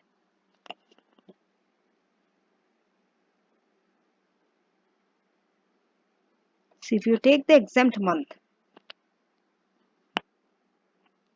calculate the exempt. 24 plus 36 plus 102 plus 74 plus 9. If you calculate this,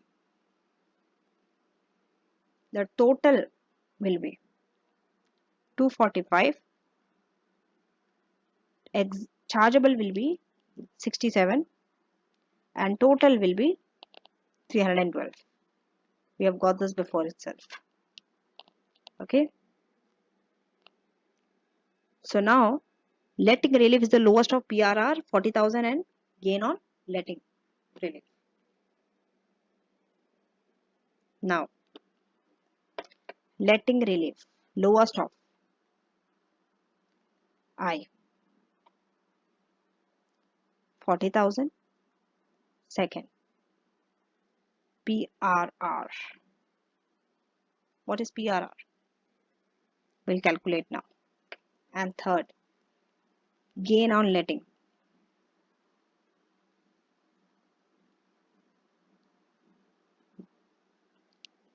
So let us do the PRR. How do you do the PRR? Already we have got the gain 194,800 before relief. On this, what is the exempt? 245 days out of 312 days. 152,968. So 152,968. The lowest is still 40,000. Coming to letting relief. Same letting relief also. 194,800. Remember, this is PRR and this is letting relief. Gain is same. Number of days will be different. This is 37. Remember, total chargeable is 67, but out of the 67, only 37 is we have let out. Okay.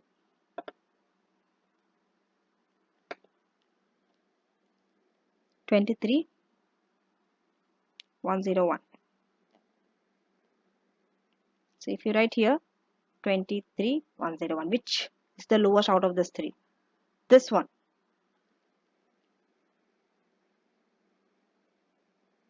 Okay. This is the lowest. So remember, letting relief we have to deduct. So now we have the gain 194,800, deduct BRR 152,968, deduct letting relief 23,101. First decide out of the three, then deduct from here.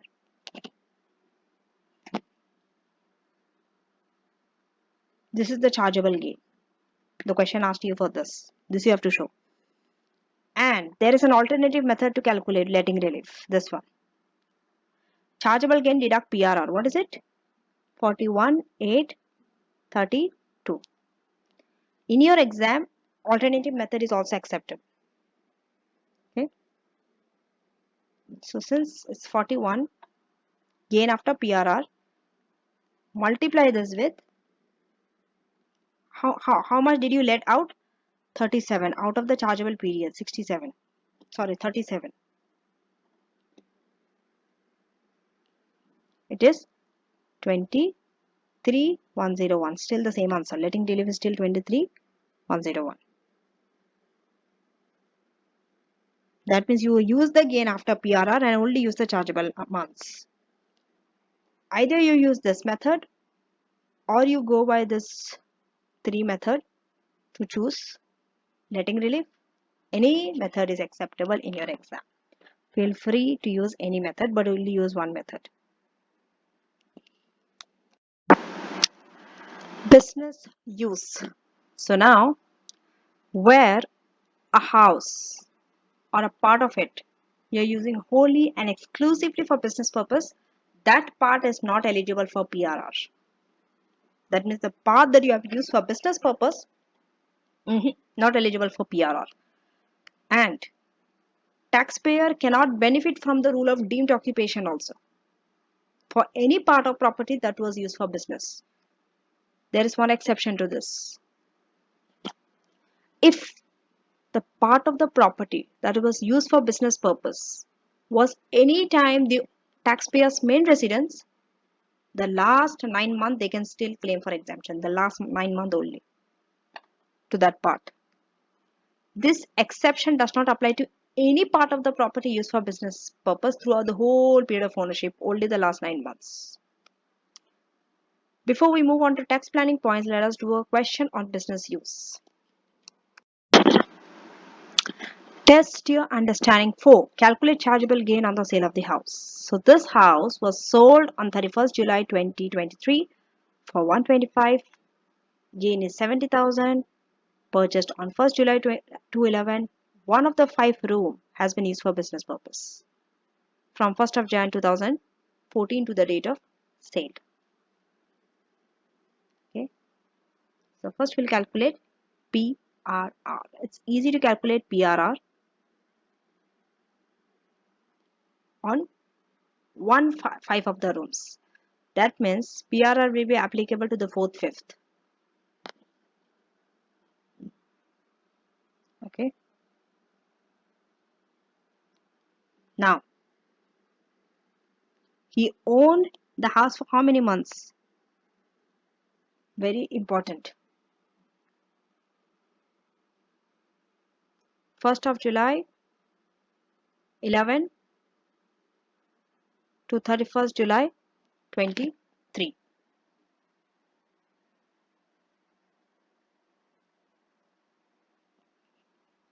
12 years and 1 month. 12 years and 1 month means 12 into 12, 144 plus 1, 145 months. And out of that 145 months, 1/5 of the house, for business purpose. Okay.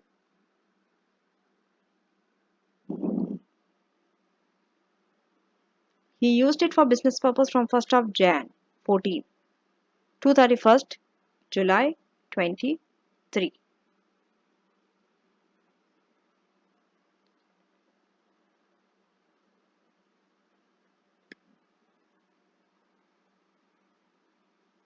Sorry, 14 to 31st July 2023.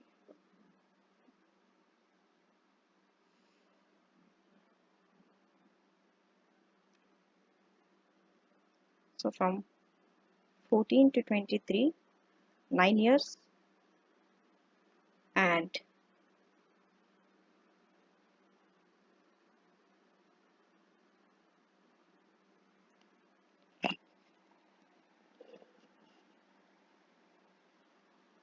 Jan, February, March, April, May, June, July, 7 months.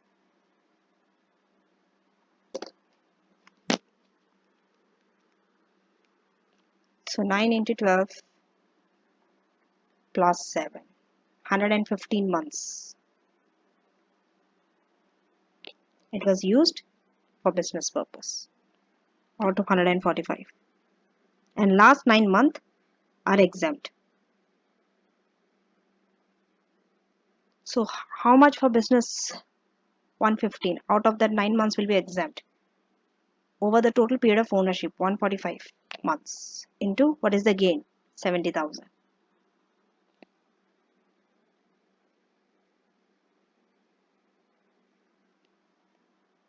So the gain is 10, 2, 3, 4.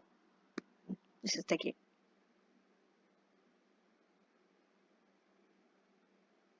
Okay. An alternative approach. You can do any approach. Okay. Gain is 70,000. PRR. 70,000 into 4/5, because 1/5 we have let it out, which is 56,000. From this 56,000, we'll add the letting relief. 70,000 into 1/5 into what is the total period of ownership? 145 minus 115 minus 9, because that is for letting, over 145. If you do like this, it is 3766. So just add this to and deduct it from 70,000. 359. This is 59 766. This is a little complicated. It's a long way. You will still get the same answer. 10,234. Here you are getting the BRR and letting relief also. How do you get the letting relief? From the total ownership, take out the letting period out, divide by the total.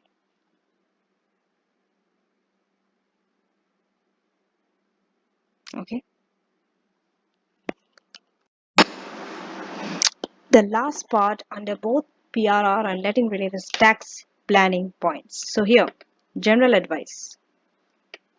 When we are giving CGT planning regarding private resident, two main areas students need to focus. First, if taxpayer circumstances are such that any gain realized will be exempt, taxpayer should ensure that this is maximized, because they want to maximize the gain as possible so that everything could be exempt. But if it's a loss, don't maximize loss. Okay. So in this case, the relief should be minimized. If it's a loss, try to minimize the relief. If it's a gain, try to maximize the relief so that your gain could be more and more gain could be exempted. Next, if the taxpayer is absent from the property, you should structure your absence in such a way taxpayer can benefit as much as possible from the deemed occupation rule. That means take the full 36 months, full 4 years for period of employment abroad. Okay, under the deemed occupation, the three rules, try to maximize it. Then, for example, make sure taxpayer reoccupies the property after the deemed occupation. That means after 3 absence. This are specific tax advice. Look at the rate of tax. If it's because this is residential, now it's not 10-20, now it's 18-28%. Okay. Any gain not covered by PRR or letting relief will be subject to 18% of CGT if it falls within the basic rate band, or 28% if it's above basic rate band. If taxpayers have both chargeable gain from residential and non-residential, try to allocate your capital loss and annual exempt from your residential property gains first, because their tax highest rate is 28%, whereas other gains are 10 and 20%. Next advice, if you are having more than one residence, try to get the residence which has the greatest gain. Try to get that as your principal residence. Try to elect for that one. And note that the property subject to an election must be used. If you are electing a property as your main residence, you have to occupy it during some time. Okay, you just can't purchase a property as a financial investment and say it's your main residence where you have never occupied even for one day. You can't claim PRR. Next, if the individual finances permit, okay, individual should purchase a new residence before disposing the old one. Why? If you do that, then you can elect for your new residence also to be treated as your main residence and get the CGT exemption. Okay, but this does not prevent exemption being gained on the old residence for the 9 years of ownership. Okay,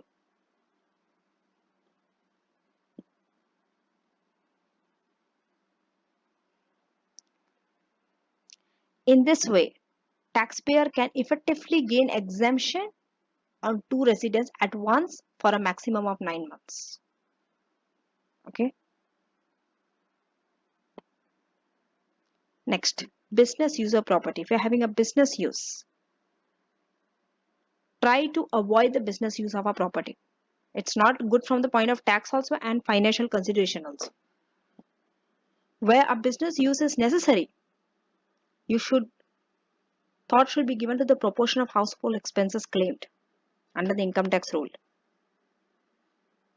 Why? The proportion of household expenses you claim under income tax rule is a material factor in determining to the extent to which your PRR will be lost. Now this is the summary. For private residence, you can take the grounds up to half an hectare. Okay. Owner occupied through ownership, full gain is exempt. If partly you have occupied, PRR will be equal to gain into occupation divided by period of total ownership. This is the periods of occupation. Actual occupation, last 9 months, deemed occupation. These are the deemed occupation. 3 years, any reason. You should always take in terms of months, okay? Any period employed abroad, up to 4 years. See, there's no time period if you're employed abroad, okay? It could be 36, 3 years, 4 years, 5 years. And if you're employed abroad, up to 4 years. You can work elsewhere in UK also or abroad also. Both as self-employed or employed. Then, deemed occupation. If it's a deemed occupation, you have to occupy it before and after the deemed occupation. That means actually occupy. There's an exception to this. Where an employer requires you to work elsewhere, then there is no condition. Then you don't have to come and reoccupy after the period of working. Okay, even if it is not satisfied also, it's deemed occupation. Business use will be chargeable to tax. letting relief, lowest of 40,000 PRR, and chargeable gain to letting period. So now let us do a question before we move on to our fifth type of relief, that is rolled over relief. Test your understanding 5. So in test your understanding 5, these are the following assets that has been disposed. You can see there are 8 items, 1 to 8, and you need to compute the CGT liability. Not only that, and advise him why, when they should be paid. That's why the date is very important. Okay. So first, whenever we have CGT, you need to divide it into 2 categories. One, other gains you can write. The other one is residential. Why? Because the CGT rates for the two are different. So let's quickly do that.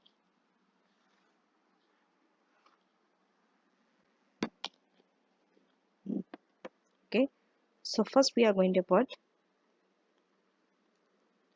other gains. Other gains will be taxed at 10 and 20, and residential properties will be taxed at 18 and 28.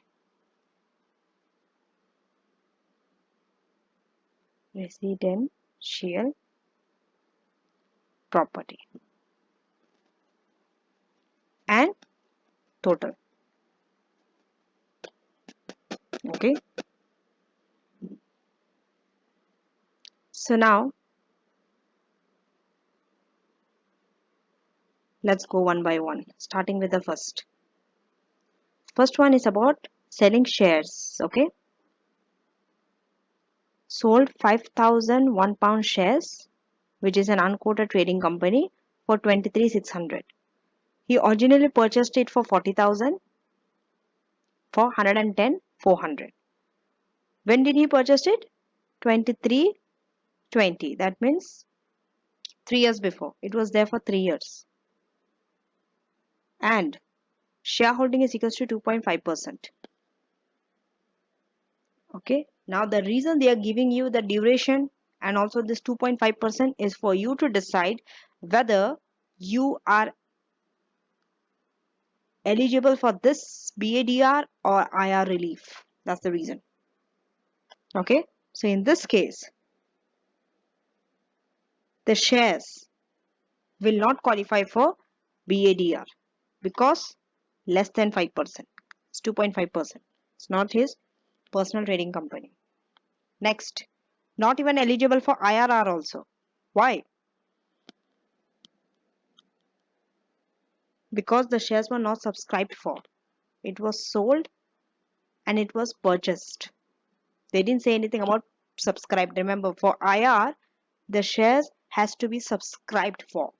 Therefore, no IRR, no BADR.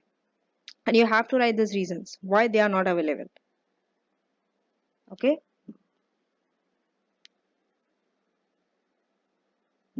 So now, let's quickly do this. So what is the proceed? And remember, shares will come under other gains. It is not under residential property. Okay. So first we'll write ordinary shares in Symphony. The first one. Okay. Disposal proceed. What is it? 23,600. We'll do the working inside first. And from that we have to deduct the cost. Remember, these shares would have been disposed from the share pool because we don't have any purchases done in the same day, in the 30 days. So it is from the share pool. Otherwise they would have mentioned. So what was the cost? 110,400. And how do you find the cost from the share pool? The cost is 110,400. It's given. Okay. How much did you purchase? 40,000. And how much are you selling? 5,000. That means out of 40 you are selling 5,000. So just the proportionate. You are selling 5,000 out of 40,000. Okay. And there is a note 1 to it. You have to write a note. Why? You have to say the reliefs that are not available and why. Under each, you have to write a note like this. You have to show in your exam. Okay. Now, so this cost will be 13,800. Remember to do this working inside the column. Okay. Not under other gains. So here, when we deduct it, the final answer is 9,800. This will go here. Here you will write under other gains. And also this will go in the total. Do one by one like this. Okay. Next one. We'll see what is the next one. So next one is,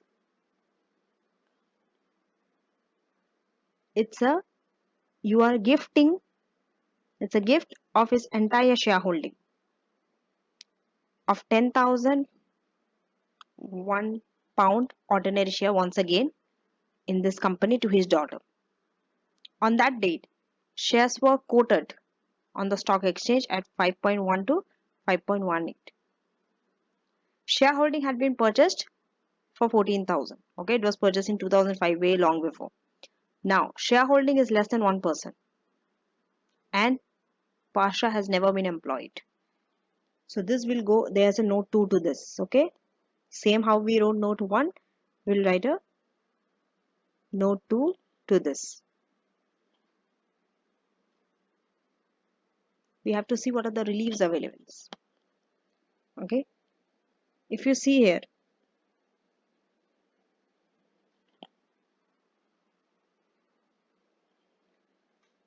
okay, see you need a price for it. Okay, if you can recall the CGT lecture when I started, I told you public quoted shares, you have to use the mid price. If it's a quoted share, you have to use the mid price. So the stock exchange has been given 5.1 to 5.18. So just add the 2 and divide by 2. This is the price, 5.14 into 10,000. This you have to show in the note 2, the workings. Okay.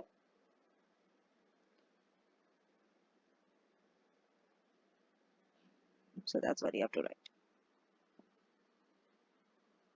5.14.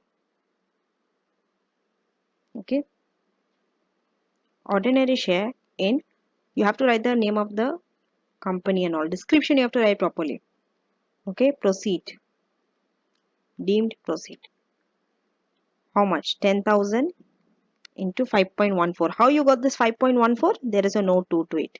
Don't show your working in the main table. Always keep working separate.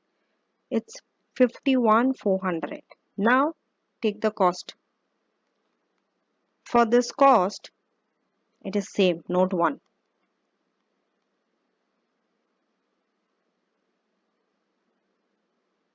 What is the cost? 14,000. Okay. Same here. This will not be applicable for BADR because not greater than 5%, and also you are not eligible for this one because you have never been employed. The 2 reasons. And also the IR. You didn't subscribe for the share. So IR is not applicable. So here also no reliefs are available. And same shares are disposed from the share pool. Okay. Remember, entire shareholding has been made as a gift. Okay. And it was purchased for 14,000.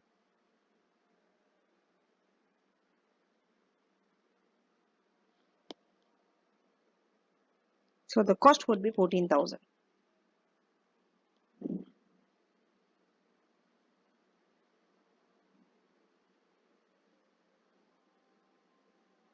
Because you bought the entire shareholding for 14,000. So when we are selling the entire 14,000, cost is the entire 14,000.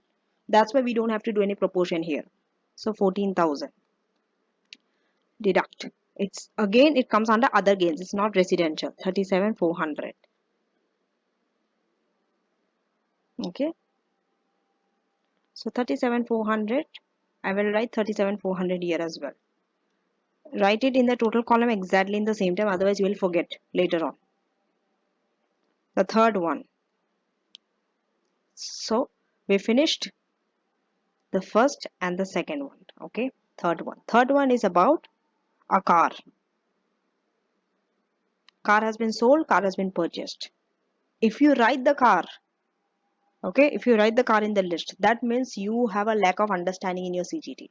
If you can recall from a very first lecture in CGT, I told you the exempt assets and the ones which are chargeable, and car is an exempt asset. We don't write it in the table, but as a note we write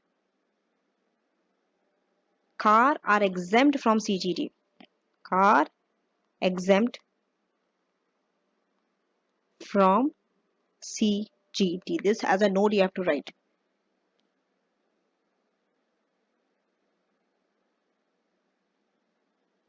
Okay.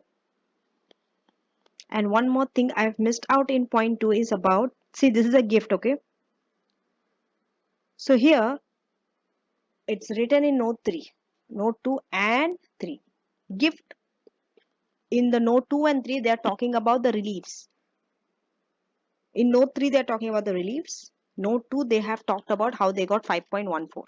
Okay.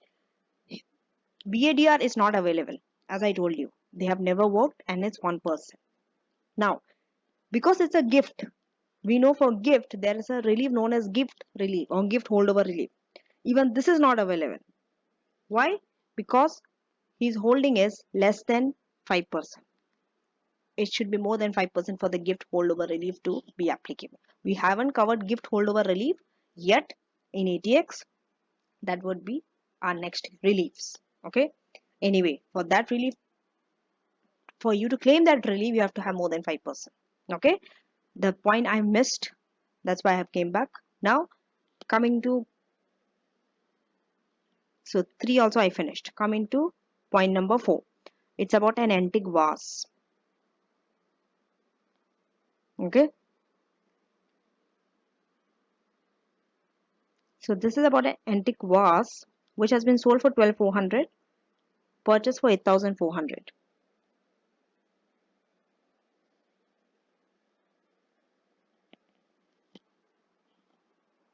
So tell me,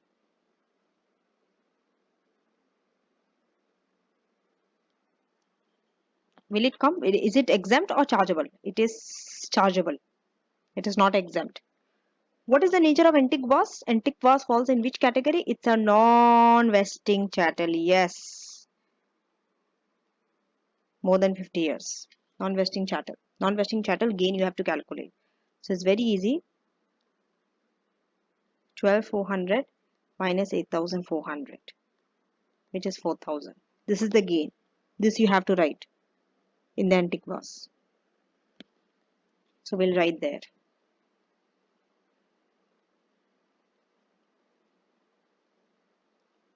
Okay.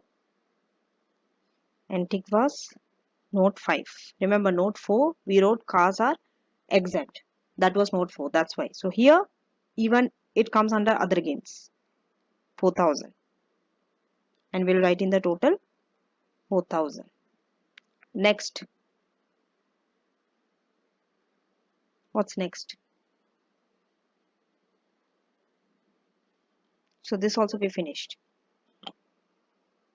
Okay. Now, 5. This is about a house. Okay. Sold a house for 220, purchased for 114,700, occupied as main residence from the date of purchase until 30th June 2019. House was then unoccupied until it was sold. This is a residential and you will get PRR. You didn't let it out, so no letting relief, but PRR will be there. Okay. So now let us do that. Okay.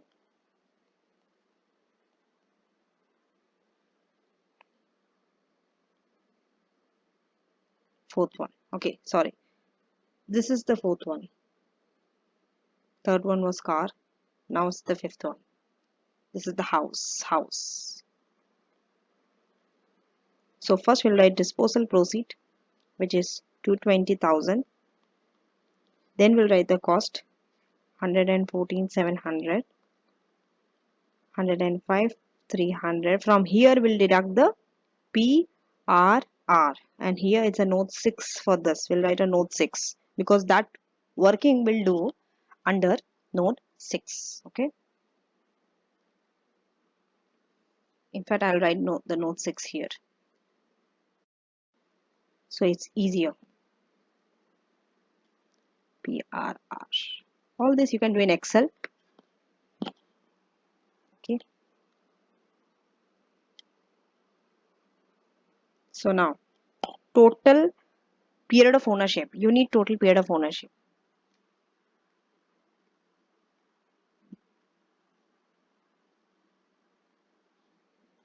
From total period of ownership, okay, period of occupation. Remember, when we are taking period of occupation, we are adding the 9 months also, okay, plus 9 final 9 months.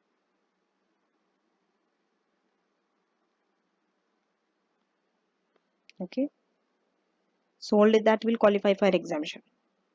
Okay, so what is the total period of ownership in months? Do that. We bought it 1st April 2016 to 31st December 2023. So from 16 to 23, it is 7 years, and if you are leaving January, February, March out, 9 months from April to December. So 7 years, 9 months. So 7 into 12 plus 9. It is 93 because 7 into 12 is 84 plus 9 is 93 months. So 93 months we have occupied, and out of that occupation,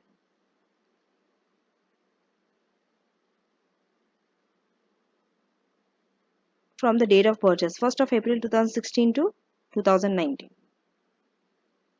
and the final 9 months. So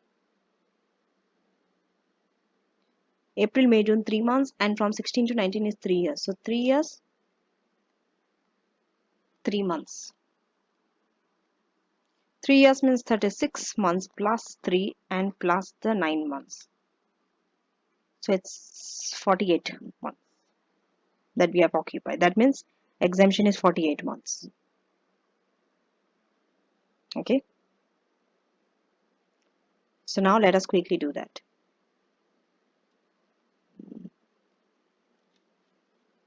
So total period of ownership is 93 months and this is 48 months. So now what was the gain? This one, 105, 300.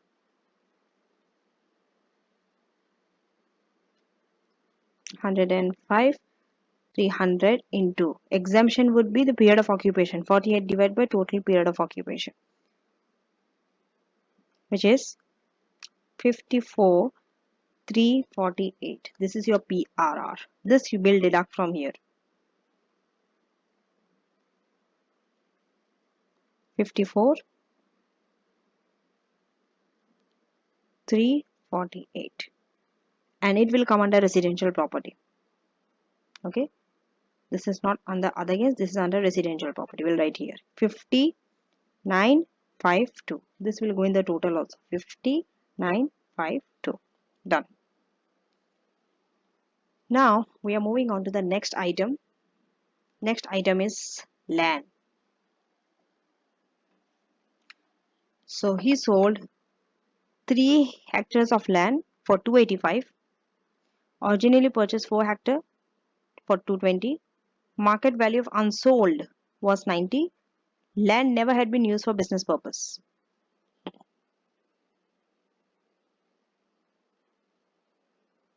Okay.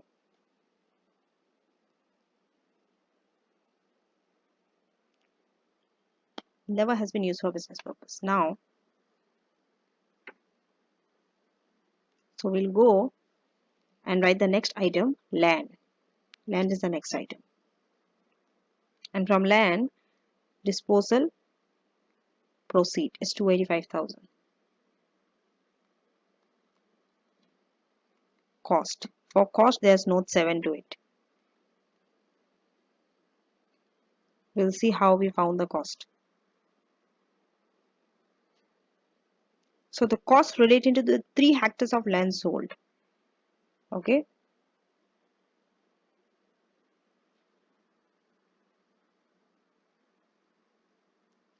Four hectares cost was 220.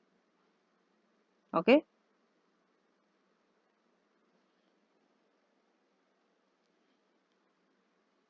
And we sold 3 hectares of land for 285.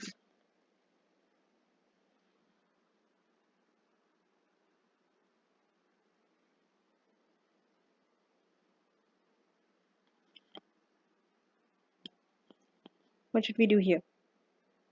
We have to find the cost relating to the 3 hectares of land sold. Here they have given you for what you have purchased for 4 hectares. The cost. We have to find, because we sold 3 hectares of land for 285, we have to find the cost relating to it. Okay.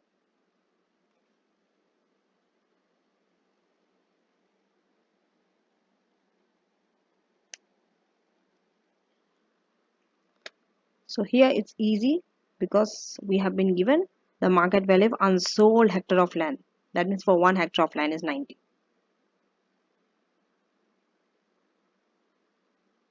Okay. So we can quickly do that here under note 7. So 220 is for the 4 hectares. Now we'll find the proportionate for 3 hectares. We have sold for 285 the 3 hectares, and the cost would be just simply add 220 with the 90,000, which is 375. I'm sorry, 285 with 90,000.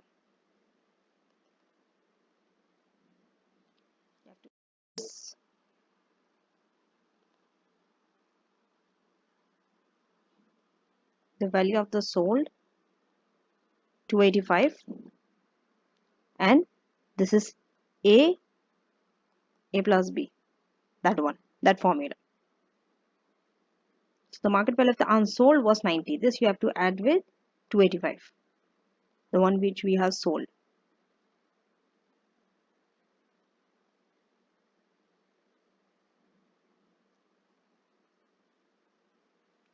So now the cost is 167,200.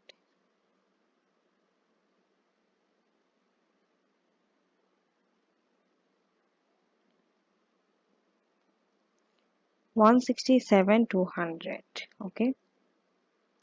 The answer is, it comes under other gains. Okay. The land 117,800. This will go in the total.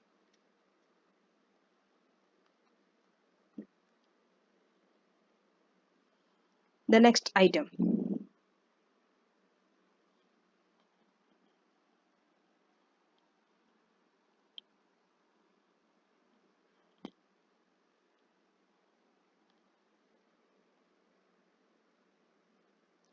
Seventh one. This is about a holiday cottage. Freehold holiday cottage. Sold for 125. Purchased for 101,600 by wife. She transferred the cottage when it was valued at 114,800. Remember, this is spouse transfer. When it is spouse, what is it? There's a rule for it. No gain, no loss. Yes, so no gain, no loss means when we are transferring, okay, the transfer of holiday cottage between the husband and the wife is ignored for CGT, exempt from CGT. That means the wife's original cost is used in calculating the husband's chargeable gain. What is the original cost? This one. We ignore this one. We take the original cost against the selling value.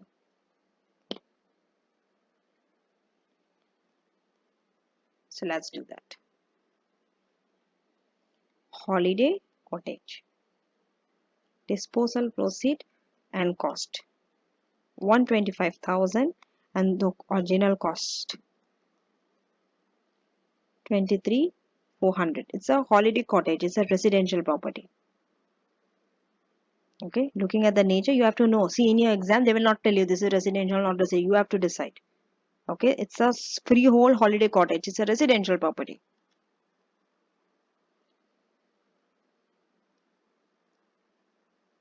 So it will come here. 23,400 and total. Often the residential property are 1 or 2, it's less. Okay. Now, I think we are over with all our. Now let's see. The last one is taxable income. That means they have already deducted personal allowance and everything, and it's 28,200. It's in the basic rate band. That means some of the CGT gains we can utilize the basic rate band. Good. So now add up all your gains from other gains and residential property column. Okay. Once we add up the total chargeable gains. Total chargeable gains from other gain is 169,000. Please do it by yourself and check. From residential property it is 74,352. Therefore the total would be 243,352. Now annual exempt amount, no losses there, capital loss. Annual exempt amount we deduct from residential property first. Why? Tax planning. We charge annual exempts or residential at higher rate, 1828. From total 6,000. So now 169,000, 68,352 and 237,352. Okay. Now that's not it. Okay.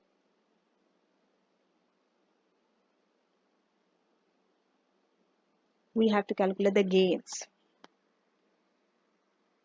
So now basic rate will be first utilized against this one, residential property, because it's at higher rate.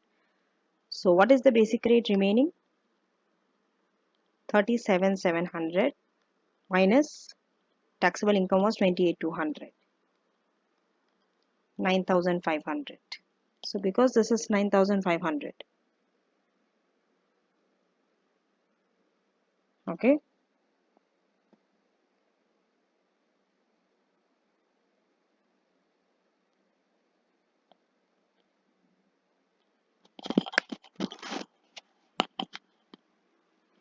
$9,500.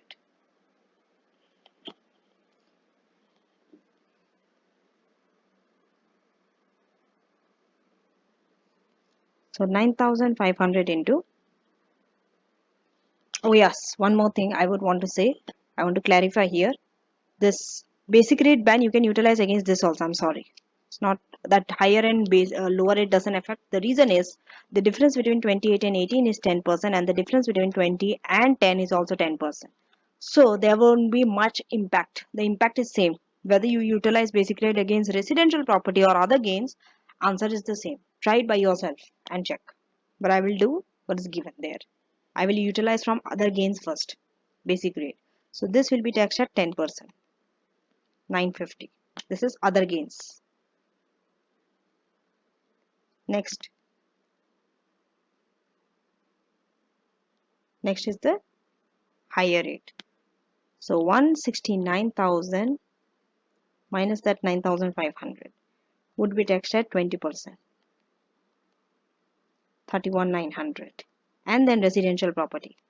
Everything is at 28. 68,352 at 28. 19,139. Add this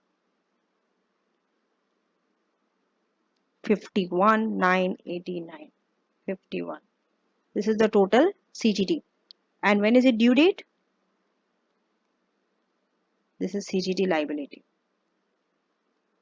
You have to label it always. Don't just write numbers. When is the due date of CGT?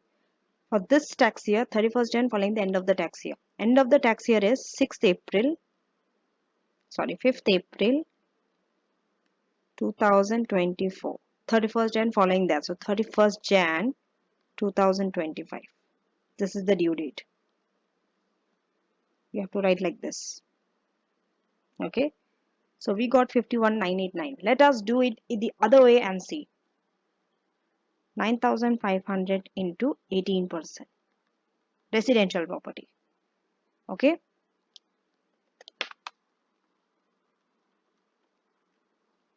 1710. Then from residential property, okay, it is the residential. 68,352 minus 9,500 into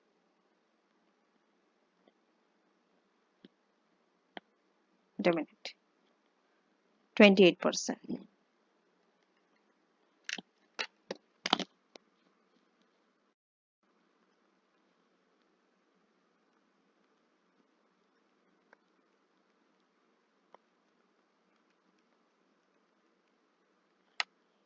It's a decimal answer. You can round it up. 16479 and 169,000. The entire at 20%. 33,800. Add up.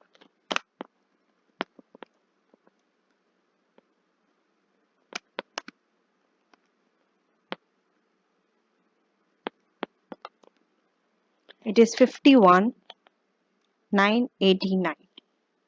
Just check the result. Isn't it the same? Okay.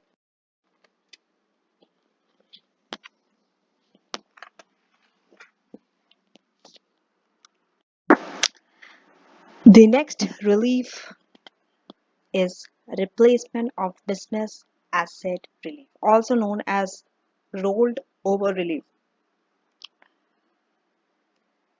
This is available for both individuals and companies. So once again, we are going to go through this relief when we go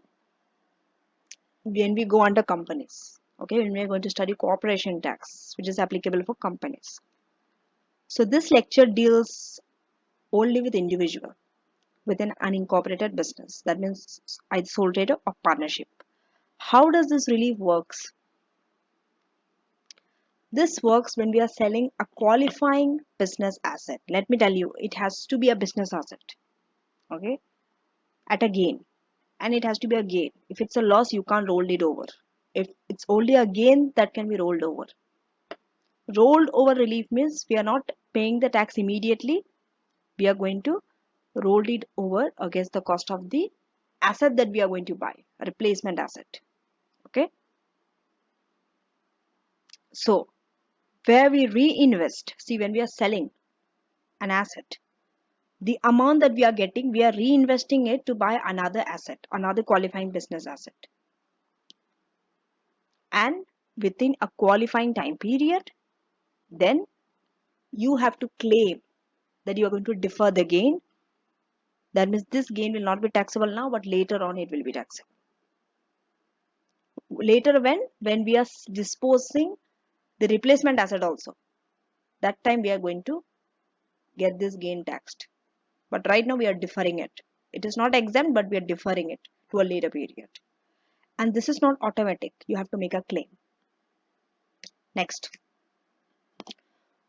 So, how is the gain rolled over? It is rolled over. That means it is deducted from the acquisition cost of the replacement asset. Okay. Provided the proceeds are fully reinvested, that means no gain will be taxable when we are disposing the asset. Net profit means after we deduct the selling cost from the sale price. The relief effectively increases the gain on the disposal of the replacement asset. What happens? See, because we are deferring the gain, okay? But later on, when we are disposing the subsequent, the replacement asset, that time gain will increase. The gain for which we are not paying tax now, later on you have to pay tax on that gain. That's why gain will be higher later on. Why? Because your cost of asset will reduce. When your cost of asset reduces, and when we deduct that reduced amount from selling price later on, you're going to get a higher gain. We'll see this through numbers. This is not automatic, has to be claimed. ROI is rolled over relief, stands for rolled over relief. In your exam, you need to write rolled over relief, don't write short forms ROR, okay? Now, gains may be rolled over a number of times. It is not fixed that it can be rolled only once or twice, number of times. Provided you always have to buy qualifying replacement asset only, business asset. If you are buying something which is not qualifying replacement business asset, that time gain will be taxable. You can't roll it over. Okay. So the moment you are making a disposal without a replacement, that time only you have to pay a CGT. The relief. Remember, this relief is all or nothing. There is no partial relief. Okay. Either you have to make the entire relief or nothing as a relief. Now, that means the maximum gain that can be deferred has to be deferred. There is a disadvantage to this. If you claim for this relief, you can't preserve your annual exempt amount sometimes. You might lose your annual exempt amount because annual exempt amount you can't carry forward. Remember this, it's lost. But this relief is very flexible. You can buy several assets and you can sell several assets. And you can keep on rolling over the gain each time you buy a new asset in any order you want. But full amount of gain has to be deferred. Next, this making of claim for rolled over relief is optional. So here you can do a tax planning. How? An individual might prefer to have may prefer to maximize or crystallize their gain in the current year if it is covered by capital loss and annual exempt amount. Okay. The base cost of the replacement asset is reduced for CGT purpose only. Remember, when we are deferring the gain only for that purpose, we are reducing the replacement asset. The base cost of the replacement asset is reduced only for CGT purpose, not any other purpose.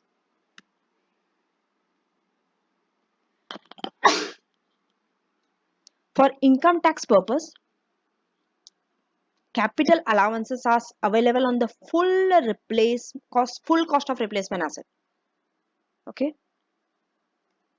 Now, what are the conditions for relief? Number one, QBA, qualifying business asset.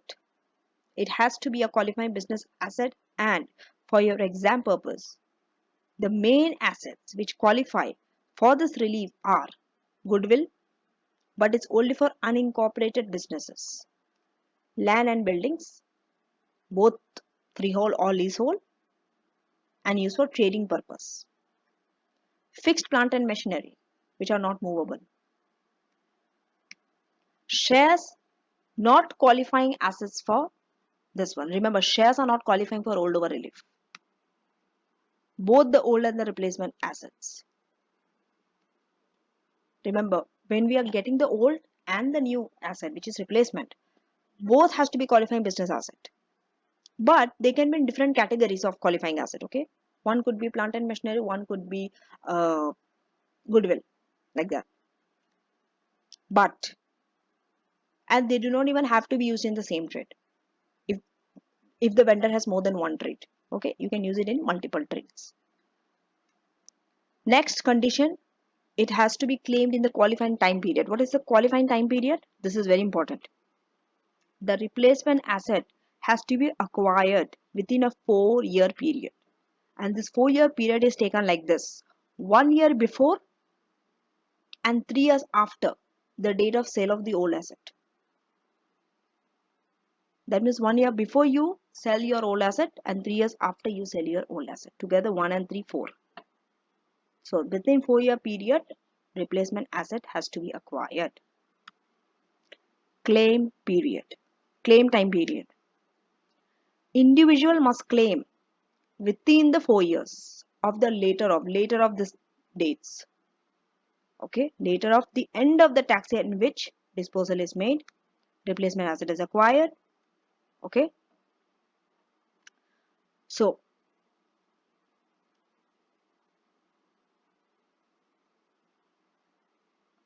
end of the tax year for 2023-24, end of tax year is 5th April 2028. So you can make the claim by 5th of April 2028 for any disposal you made in that tax year, or when we have acquired the replacement asset, later of whichever is due. Partial reinvestment of proceed. Sometimes you don't reinvest entirely, only partially you reinvest. What happens? What happens? See, if all of the net sale proceed from the sale of the old asset are reinvested into buying new asset, that is replacement asset, full relief is given. That means all of the gain is deferred. But if there's a partial reinvestment, then only partially partial gain is deferred. The entire gain is not deferred. That means the relief you will get is only partial. That means partially the gain will be chargeable and the rest will be deferred. Next. So the gain which is chargeable at the time of disposal means first disposal, is lower of this two, full gain or amount of proceed not reinvested. The gains might be taxed at 10 and 20 because it's business asset, right? Depending on the level of individual's taxable income. Note, business asset disposal relief, that is the first relief which we have gone through, BADR, is not available when we are disposing the individual asset, unless we are disposing the asset because we are seizing the business. So the deferred gain will be taxed at the rate applicable when the gain is crystallized in the future. Whatever the rate that time in the future, that time it will be taxed. Now let us do a question. Test your understanding 6. Calculate chargeable gain. Here Catherine sold a freehold commercial building for 100, realized a gain of 58,240, bought another freehold commercial building for 80, sold for 300. She did not replace this building with any other business asset. Okay. So what happens? Did she reinvest all of her sale proceed? She sold it for 100. She bought another for 80. So she did not reinvest all of her sale proceed. Therefore, some gain will be taxable. Okay. So now, the gain that is taxable in May, remember, because it is partial reinvestment, the gain taxable will be lower of this two, full gain, and gain proceed not reinvested.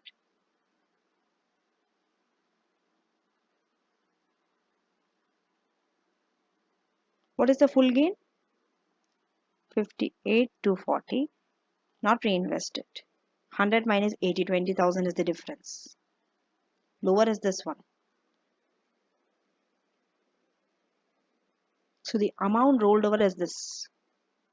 Sorry, the amount taxable. Taxable is 20 means the difference is rolled over. 38 to 40. This is rolled over. Okay, this is for May 1997. Now coming to July 2023.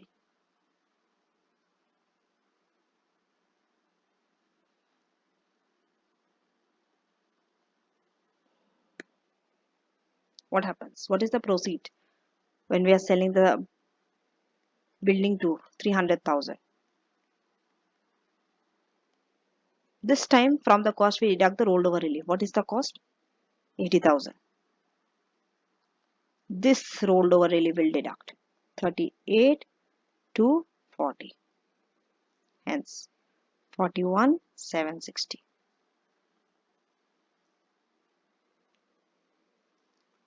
258 to 40.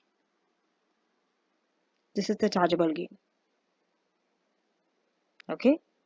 Since we don't know anything about the taxable income, so we can say it might be taxed at 10 or 20 depending on the taxable income. Okay.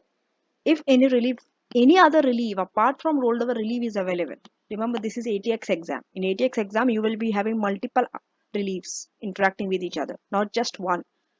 Yes, main is rolled over. That's the focus. But inside, there might be other reliefs like BADR, IR. Okay. Mostly it is this relief, business asset disposal relief, which is interacting with other reliefs. You have to see whether this is available or not. So in this case, not available. Why? That also you have to write. Because we are disposing individual asset for our trade which is still continuing. That's why it does not qualify. We did not dispose the trade. We only dispose individual asset while the trade is running. That's why. The next part to this is when we are using it for non-business purpose, we have to make an adjustment to the amount of relief available. Remember, relief is only available for business use. For non-business use, no relief. So only the business use proportion of the gain can be rolled over. When can this occur? When we are using the asset privately for business, partly for business and partly for private use. Asset not used for the business purpose for the whole period of ownership will not be taken. Now, next, when we are reinvesting in depreciating asset. So a depreciating asset is defined as a vesting asset having life less than 50 years or 50 years. An asset that will become vesting within 10 years. That means currently it is not vesting more than 50 years, but it has a chance of becoming vesting. Vesting means less than 50 years within 10 years. Most common examples of depreciating are this. Leasehold land and buildings with 60 years or less. Fixed plant and machinery. Now, operation of the relief. This is how the relief works. If it's a depreciating asset we are talking about. Okay. The capital gain is not rolled over. In fact, it is deducted from the base cost of the replacement asset. Okay, so it's not rolled over and deducted from the base cost of replacement asset how normally we do. Instead, it is deferred, frozen. You calculate the gain and keep it as it is. Do not deduct from the base cost of replacement asset. That means it's frozen. It becomes chargeable later on. When? On the earliest of these three events. First, when we dispose replacement depreciating asset, or the depreciating asset ceases to be used for the purpose of trade, or 10 years from the date of acquisition of the replacement depreciating asset. Whichever of these three is the earliest event, based on the dates, on that date, frozen gain will be chargeable. Now, this is only when we are reinvesting in depreciating asset, okay? The gain is frozen. Otherwise, it's rolled over only. However, let's say before the deferred gain crystallizes, that means before the deferred gain becomes chargeable, you purchase a non-depreciating asset. Then you can roll over the gain. Then that deferred gain can be rolled over. It was frozen and kept. Before it becomes chargeable, you are rolling it over because we are buying a non-depreciating asset. So this means the deferred gain can be matched with the later purchase of a non-depreciating asset, and deferred gain will be deducted from the cost of the new asset. That time, deferred gain can be deducted from the cost of the new asset. Note, partial reinvestment and non-business use rules apply in calculating the amount of held over gain that can be deferred in the same way as for rolled over relief. What does it mean? What is held over gain? Gift relief.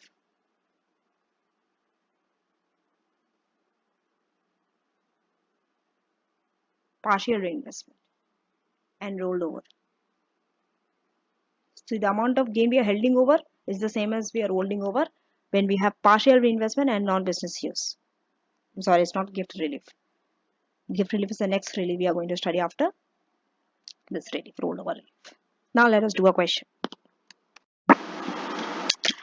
Illustration 4. Reinvesting in depreciating asset. You have to calculate gain on three things: disposal of first factory, disposal of the lease, and disposal of second factory. So let us quickly start that. Purchased a factory for 195, sold it for 380, acquired a lease 55 years to experiments, it's a non-vesting, for 385, purchased a new factory for 390, sold the lease for 430, and sold the second factory for 425. So you have been given the gain, cost, gain, cost, gain, cost. Now, disposal of the first factory. So just from 380, deduct the cost 195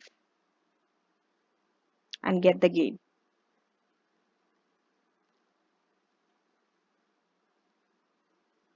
The gain is 185,000. This is the gain. See, capital gain. Okay. Now, we'll talk about the relief. See here, he sold a factory for 380. And this he used to acquire a lease of 385. That means he used his entire amount of proceed from which he got from selling first factory into buying lease. And lease is what? Lease is a depreciating asset. Lease is a depreciating asset because less than 60 years. So because he reinvested in a depreciating asset, the gain on the first factory, gain on first factory is frozen. You have to write the word frozen, not rolled over, frozen.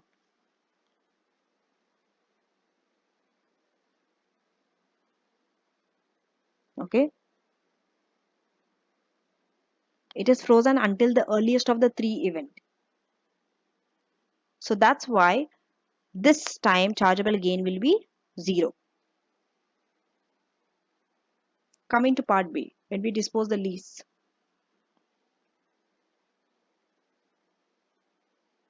Check the dates. Dates are very important. Before he sold his lease, he purchased a new factory. Factory is not depreciating, okay? He sold the lease in December, whereas he bought a new factory. So before selling the lease, he purchased another non-depreciating asset. That means the second factory is a non-depreciating asset. What happens? So that now frozen gain can be rolled over. So the first factory's gain, first factory can be rolled over to second factory's gain. Understood? That means normal gain arises on the lease. What is it? 430. He sold it for 430, the lease, and he bought the lease for 385. Looks little confusing, but nothing to worry. With practice, you will get it.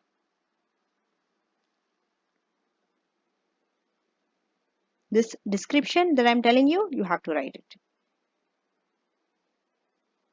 Okay. which is 45,000. So first factory's gain can be rolled over to the second factory, but about the lease part, there will be a gain, 45,000. There will be chargeable gain on the lease when we dispose the lease. But will this be available?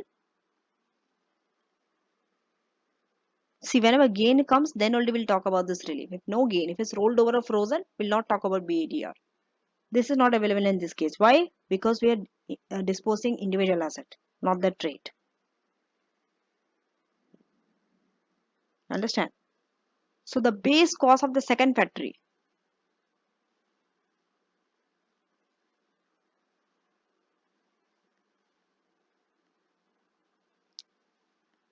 will change. What is the cost of the second factory? We purchased it for 390.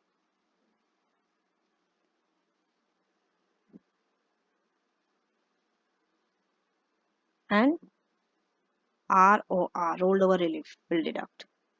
What is the rolled over relief? First factory's gain, 185.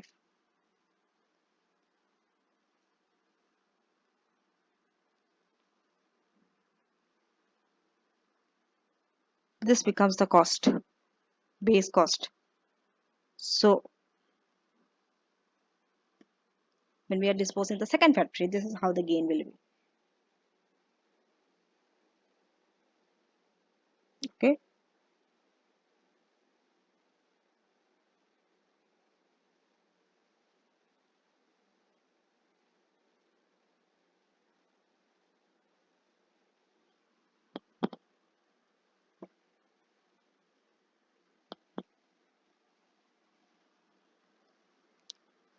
So we solved the second factory for 425,000. And now this becomes the cost, 205. 220. This becomes chargeable when we are disposing the second factory. So because we have a gain, will this be available? No, because we are disposing individual asset. So this gain will be taxed at the appropriate tax year. Which year? May 26 or 26-27. 2026-27 tax year, gain will be taxed. Okay, could be taxed at 10 or 20%, assuming the rate remains the same.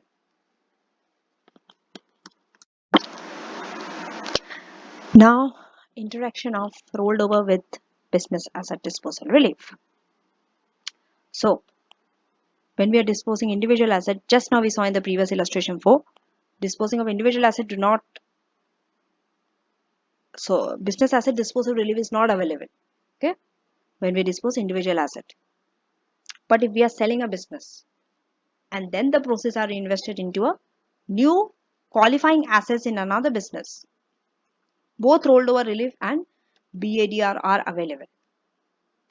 But when both are available, rolled over relief is given before BADR. And on a subsequent disposal of replacement asset, what happens? So as part of the sale of the other business as a whole, BADR will be available if the retention period of 2 years is met. Okay. That means we are disposing the replacement asset as a part of the sale of the other business. That means it comes as a business as a whole. We are disposing it in a part. That time BADR will be available if we retain it for 2 years.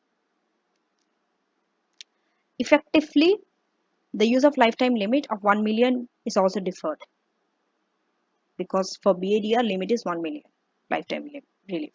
That is also deferred. However, rolled over relief is optional. Taxpayer may choose not to claim for this and rather utilize business asset disposal relief now. That means earlier, rather than deferring it later and seeing whether BADR will be available or not. Now let us do a question on this part. Test your understanding 7. You have to calculate Sophie's chargeable gain. So she operates a sole trader, purchased an office block for 70, sold for 120, acquired fixed plant and machinery of 100. Maximum possible rollover was claimed in respect of the gain on office block against the purchase of fixed plant and machinery. In November, she sold the fixed plant and machinery also for 60,000. So calculate.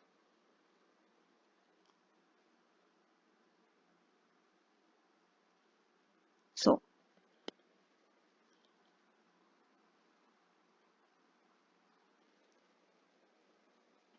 what is the sale proceed?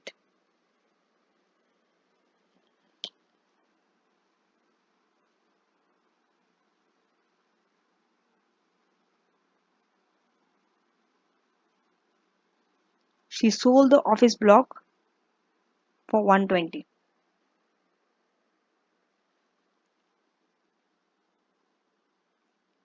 She bought it for 70.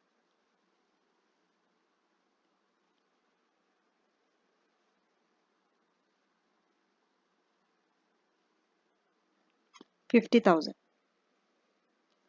Out of 50,000, how much will be deferred and how much will be taxed?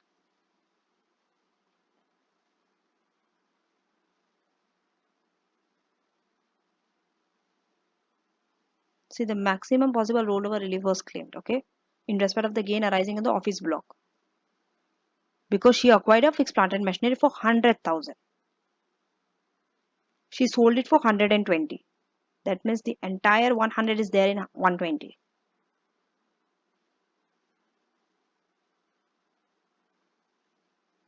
I'm sorry. Sale proceed was 120. She reinvested only 100,000. So 20,000 she did not reinvest. So deferred gain rolled over will be 30,000. 20,000 would be taxable. 20,000 is chargeable. Because 20,000 she did not reinvest. Now what about this 30,000 gain? This is deferred until the earliest of this three event. 1, 2 and 3.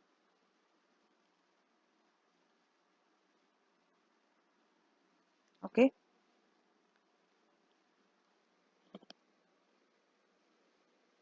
Disposal of the replacement depreciating asset. When is the date? November 2023.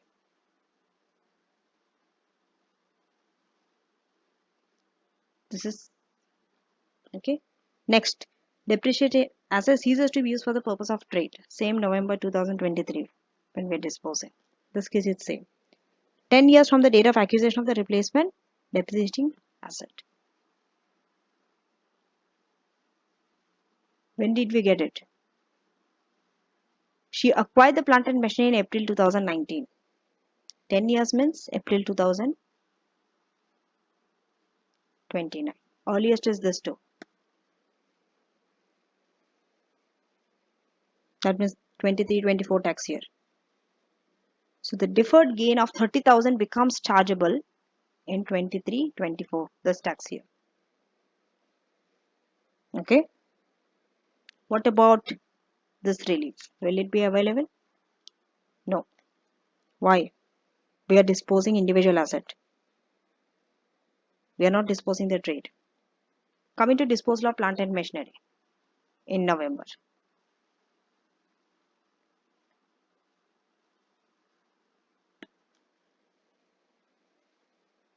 Here,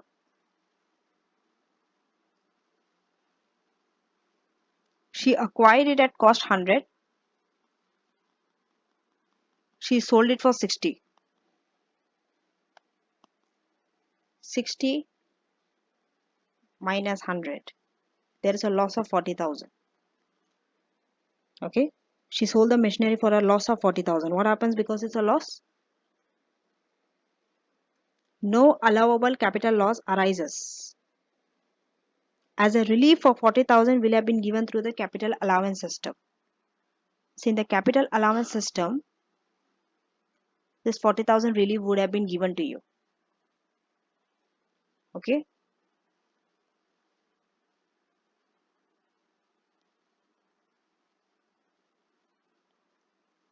Through balancing charge.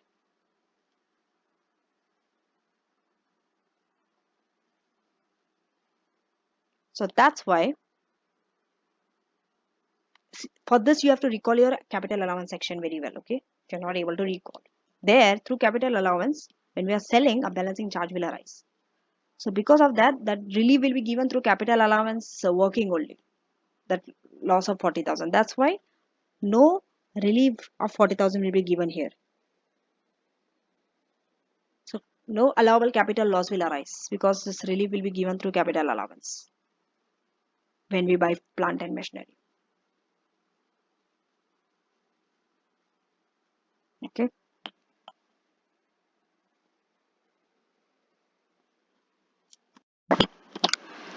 Next and the last section for this relief is tax planning points. First, you need to plan well in advance how you are going to set up your disposal and acquisition to ensure the time limit for reinvestment you are adhering it to. Okay.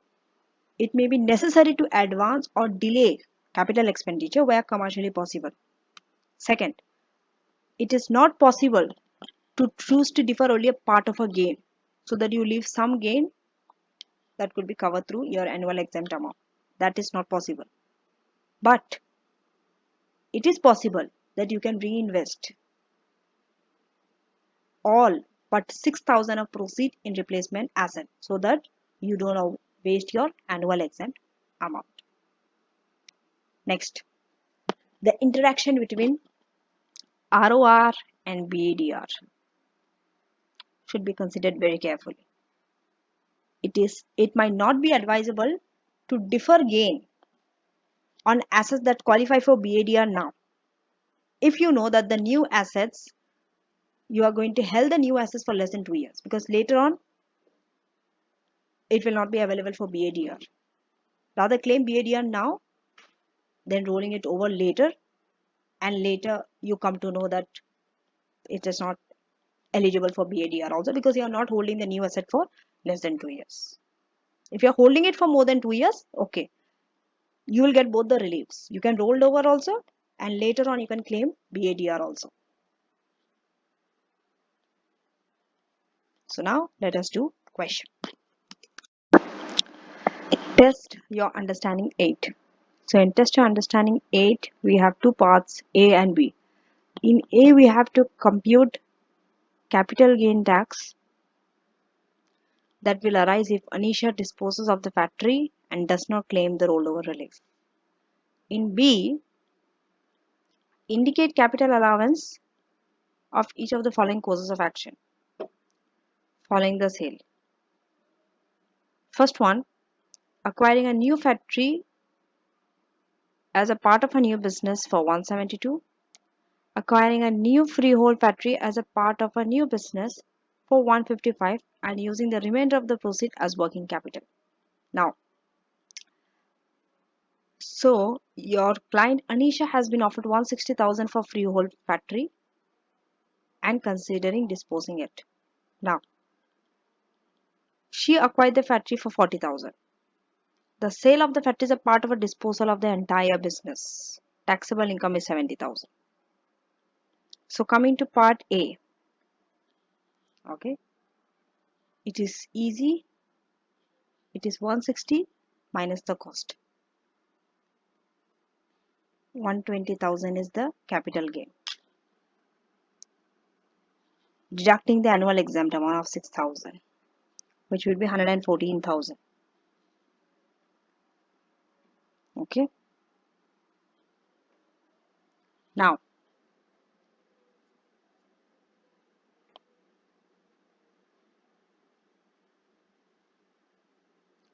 which would be taxed at 10%. Why? Why 10%? Because this will qualify for BADR, Business Asset Disposal Relief. See, she's selling the entire business, and this sell of factory is because of the selling of the business. That's why this will be available. That's why it's at 10%. In A. Very simple. Coming to part B. Part B, it is for 172.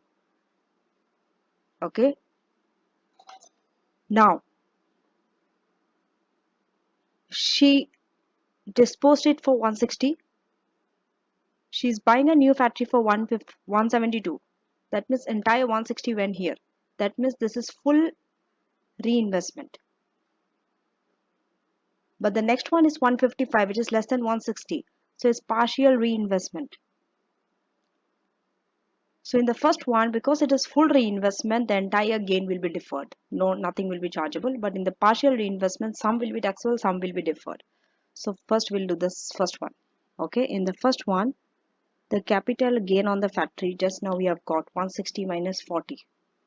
This remains. So it's 120,000 is the gain. Okay. From this 120, the entire gain will be rolled over. So the rolled over relief will be 120,000, leaving nothing chargeable. That means chargeable gain is 0. Because everything is rolled over, we have to find the base cost of new factory. Base cost of the new factory. Okay. It will be deducted with 120. So what is the cost of the new factory? It is 172,000. 120,000 will be deducted, leaving 52,000 as the base cost of new factory according to the first scenario, because we are rolling over the entire again. And when Anisha subsequently sells this replacement factory also, she's eligible for business asset disposal relief because it's a part of selling her business. Okay. If the conditions are satisfied, what is the condition? She has to own this new asset for 2 years. Then the gain, when it will be taxable, will be charged at 10%. Otherwise, it will be charged at 20%. Now, the second one where the cost of the factory is 155,000. Here, the gain, capital gain before relief is 120,000. But you can't roll over the entire gain here. Okay. Here, the proceed was 160. She already invested 155. So 5,000 cannot be, 5,000 will be chargeable. That means rolled over is 115,000. This 5,000 will be chargeable. Now the base cost will be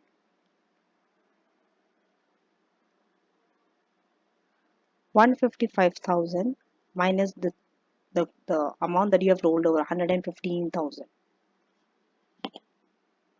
So the base cost of the new factory will be 40,000 in the second scenario. Okay, and one more thing, this 5,000, okay, this 5,000 gain, if you deduct with 6,000 annual exempt amount, it's giving you a capital loss of 1,000, but there cannot be a capital loss. Okay, so your annual exempt will be 5,000 and you are not going to have any taxable gain. That means 1,000 of your annual exempt amount got wasted. So your chargeable gain is 0. Because your gain will be deducted by annual exempt amount. Now, when she sells this factory, the replacement factory later on, she will be eligible for business asset disposal relief if the 2-year condition is met.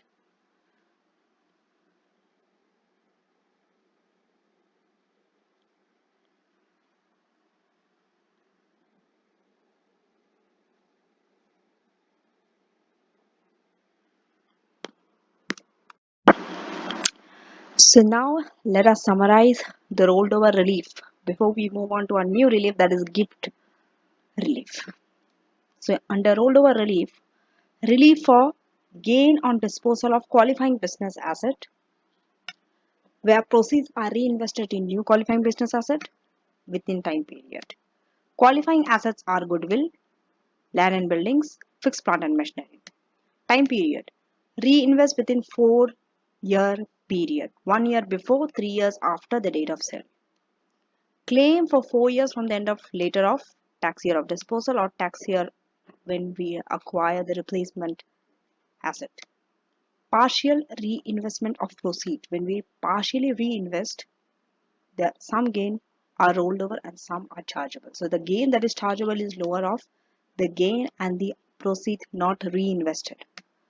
Non-business use. If there is a non-business use, the deferred gain will be restricted because we can only roll over if it's for business use. Because only for business asset disposal we are holding over the gains, not for non-business use. For example, an asset which we are partly using for private use and partly for business. Okay, the portion which is for business use we can roll over entirely. The portion which is for private use you can't roll over. Therefore, the deferred gain will be restricted to the part of the gain related to business use only. Then, depreciating asset. For depreciating asset, the gain is deferred until the earliest of the three events. First one, disposal of depreciating asset. Second one, as when assets cease to be used for trade purpose. And the third one, 10 years from the date of acquisition. Gains in this case are not deducted from the base cost of the replacement asset, depreciating asset. Rather, it is frozen. We calculate the gain and keep it, and on the occurrence of the three events above, the gain becomes chargeable. If it is reinvested in non-depreciating asset, then the deferred gain can be rolled over. Okay, that means there is no gain on disposal. Then the base cost of the new asset will be reduced by the rollover relief. Same way, gain deferred until the disposal of the replacement asset. If the sale of the asset is part of the disposal of the entire business, then we might also be eligible for business asset disposal relief along with rolled over relief. Okay, so delay benefit. Okay, when it's a disposal of entire business, sometimes the benefit of business asset disposal relief might be delayed until the subsequent sale of the new asset as part of the sale of the new business, where you are selling the new business also and you are selling the new asset also as part of that. Then business asset disposal relief you can claim, but it is now delayed. You are not getting it currently. Next relief after rollover is gift relief. Even this is covered in tax, more or less it is very similar, except with some new additions, which I will be explaining you wherever the new additions are done. Overall, in ATX, gift relief is same to what you have studied in tax. Okay, and after this, the other three reliefs are small reliefs. So this is one of the big relief, gift holdover relief, or you can say gift relief, whatever you want to name it. Okay, this applies when we are making a lifetime gift and when we are selling at undervaluation of qualifying asset. The relief allows the gain on some lifetime gifts and some transactions to be deferred. Here also it works in a similar way like rolled over. The gain is deferred, but this is for gift. Okay, maybe we are selling at undervaluation or it's a lifetime gift, whatever it is, the gain will be deferred until we subsequently dispose until the asset. Okay, the recipient of the gift, the donee who has received that gift from you, sells that asset that he has received as a gift from you. So when he disposes, that time it will be chargeable. That means he has to pay the tax. The donor does not have to pay the tax. For donor, the gain is deferred. The gain is deferred to whom? The donee. So this works in a similar way to rolled over. That's why we went through rolled over relief first.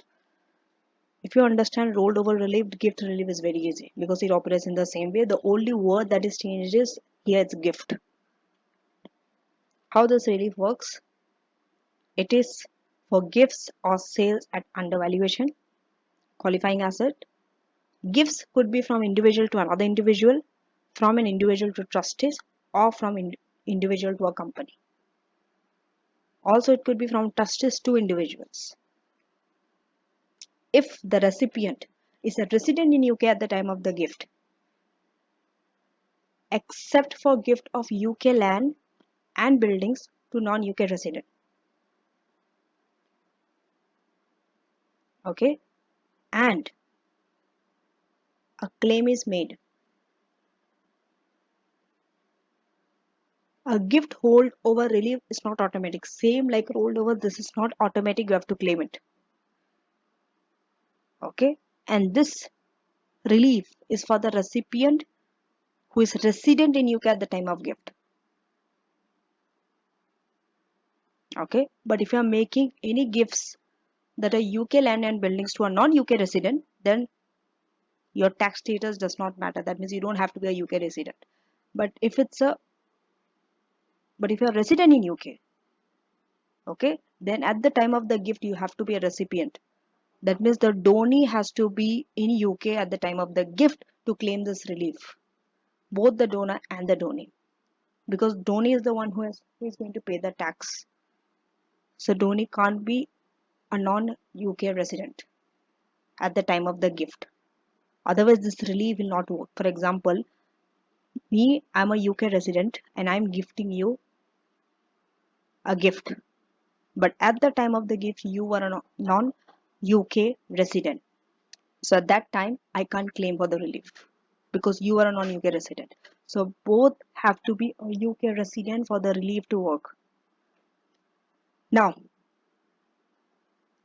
this relief, gift relief has to be claimed by both the donor and the donee. Exception is if it's a gift into the trust, then it just needs to be signed by the donor. And it's by 5th April 2028 for any gifts made in the tax year 2023-24. That means 4 years from the end of the tax year 23-24.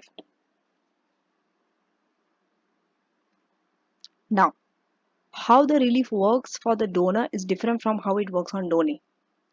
On donor, it is normal capital gain using market value as proceed. You might sell at undervalue or you might sell it at any value, but you have to use the market value only when we are calculating gain. For donee, the acquisition cost for him it's a cost because he's getting it from you. So that deemed to be the market value at the date of the gift. If an outright gift, no tax is payable by the donee because the gain is deferred. And the base cost of the asset of the donee is adjusted. Acquisition cost less gift holdover relief. How we deduct rollover relief from the asset, same we do for the gift. If the sale is at undervaluation, then chargeable gain arises at the time of the sale. If the actual sale proceeds received exceeds the original cost of the asset. The balance of the gain is eligible for gift relief. If the sale is part of the disposal of the entire business, you will get business asset disposal relief also. And for donee, when subsequently he is disposing the entire business, BADR will be available if the donee has owned the asset for at least 2 years. Then, what are the qualifying assets? Assets that are used in the trade of the donor. Donor could be sole trader or a partnership. Donor's personal company. Next, qualifying asset is unquoted shares and securities of any trading company. Remember, it has to be a trading company. It can't be an investment company. Same like rollover relief. Then, the quoted shares and securities. If it's quoted, it has to be the individual donor's personal trading company. What is personal trading company? This we have covered when we went through business asset disposal relief. That means you have to own more than or equal to 5% of shares. Any asset where there is an immediate charge to inheritance tax is a qualifying asset. Agricultural property where APR is available. This I have not covered yet because I'm still in the CGT, but when I go through inheritance tax, that's there. Okay. So Even an agricultural property where agricultural property relief is available, even that is a qualifying asset. That also you can give it as a gift and claim gift relief. Now, we have to note certain things. First one, individual should own at least 5% for it to be called their personal company. If no relief is available for business assets that are used in an investment business or shares in an investment company. Interaction with business asset disposal relief. As I told you in the beginning, this first relief that we went through, BADR, is very, very important because it is interacted with so many other reliefs. Gift relief, investor relief, rollover relief. Next, before we consider gift relief,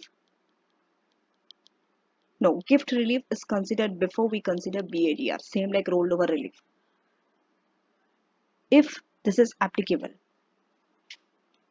BADR is applicable, donee may be able to make a claim for this on a subsequent disposal if the conditions are satisfied.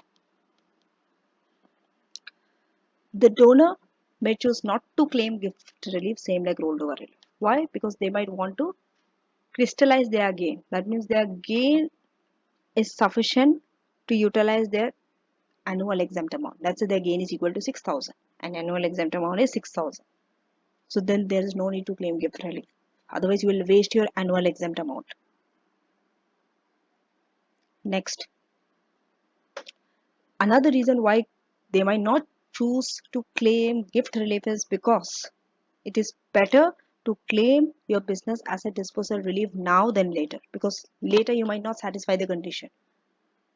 That means get your gain taxed at 0 and 10% now rather than being charged at a higher rate later. For example, they might not satisfy the employment condition or the 2-year ownership rule. There are restrictions to this relief. Same like rolled over non-business use. If you are using it for non-business use, relief is restricted. So partly for business and partly for private, or you're not using it for the business purpose at all. So only the part that is used for business purpose eligible for relief, part not used for business purpose not eligible for relief. Now, shares in the donor's personal trading company. Shares in the donor's personal trading company, it could be quoted, it could be unquoted, are gifted, and the company holds chargeable non-business assets. Please follow through. It's your personal trading company. It could be quoted, it could be unquoted. You are gifting it, and you are also holding chargeable non-business asset.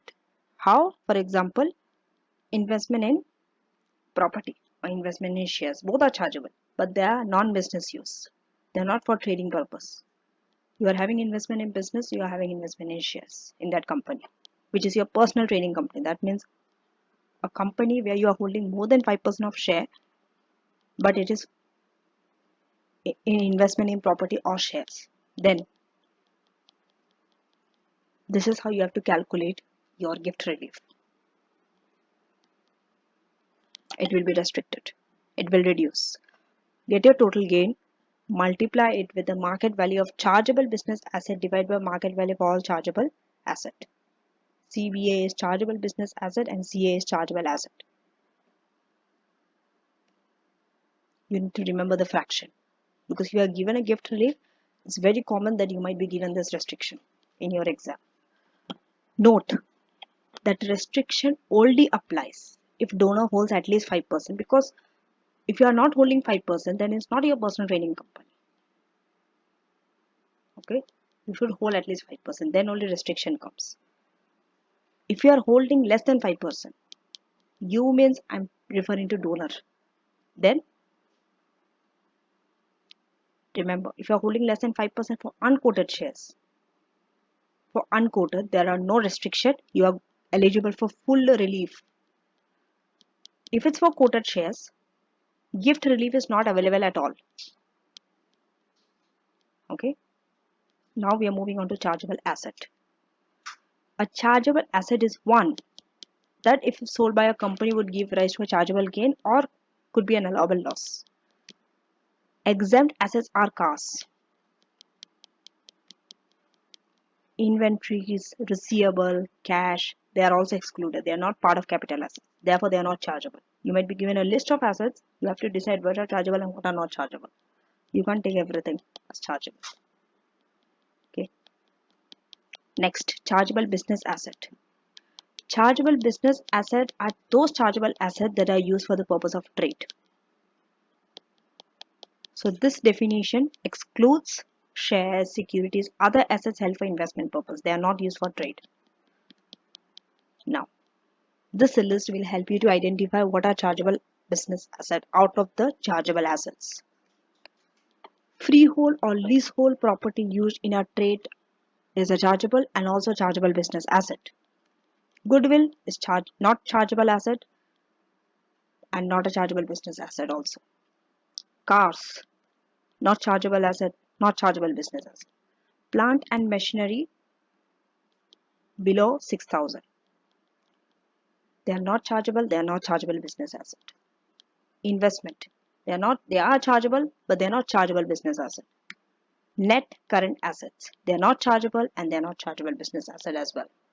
So the only list that is chargeable business asset out of this list is freehold or leasehold property used in a trade. Rest all are not chargeable. But when we are taking the total chargeable asset, you have to take the investments also, because that is also a chargeable asset. Note. So what are the consequences of restricting this relief? Note that if the individual disposes of shares in a personal trading company, gift relief is available.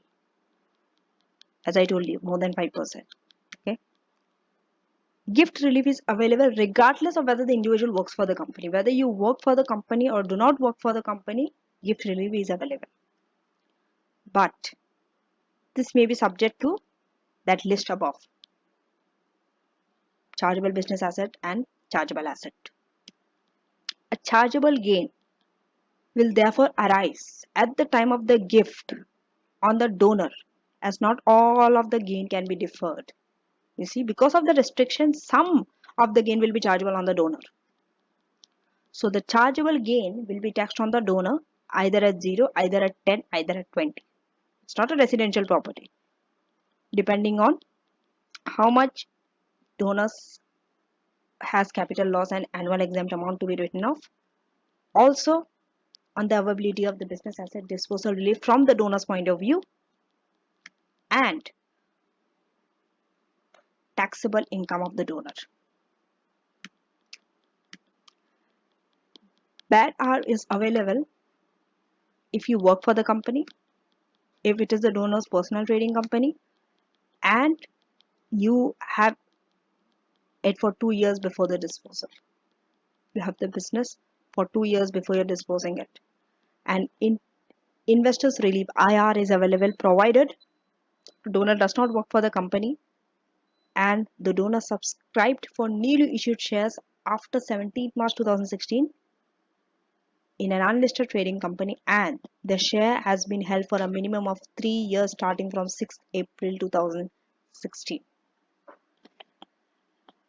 So now let's do a question covering all this aspect before we move on to the immigration of donee.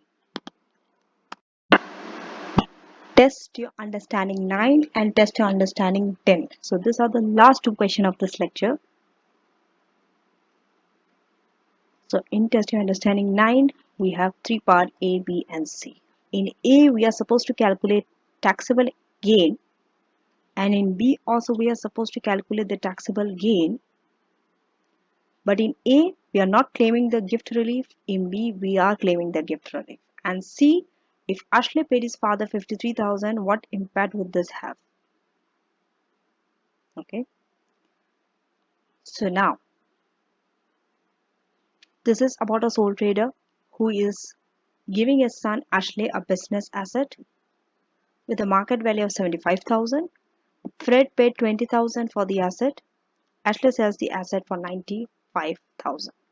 So in first scenario, we're not claiming the gift relief. We calculate the gain.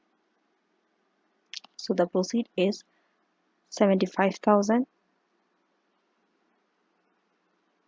Okay, and the cost is 20,000. It is 55,000. Okay, so we are not claiming any gift relief. So just deduct the annual exempt amount, 6,000 from it. Taxable gain. See, they asked you taxable gain. You have to deduct your annual exempt amount. It's 49,000.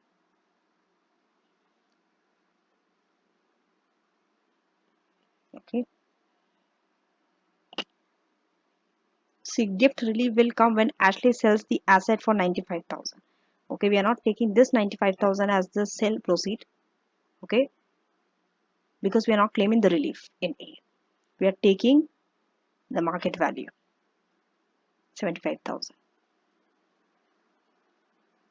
Now, coming to part B. So, in the A,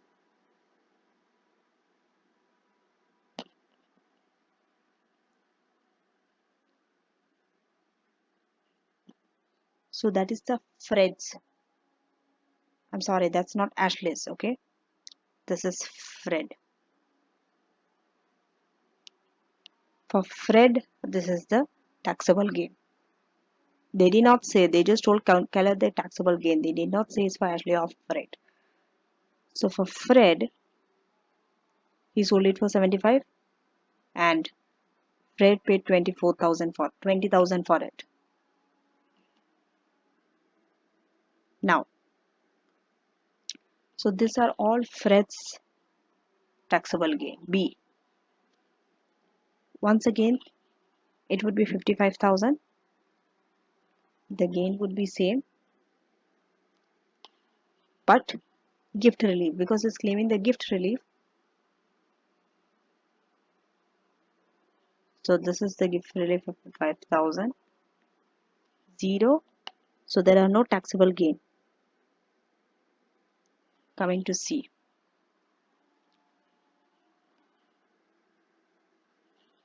Okay. If Ashley paid his father 53,000.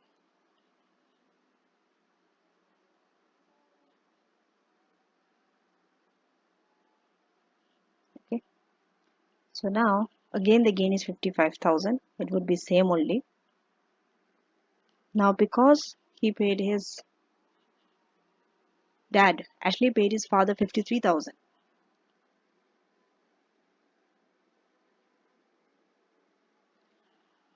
So what would be the gift relief? Now the gift relief will be restricted.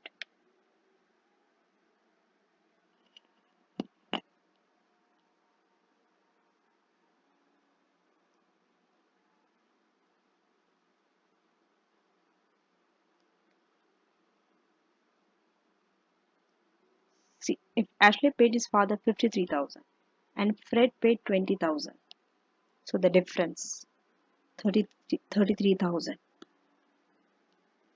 would be chargeable, and the gift relief is the difference, 53 minus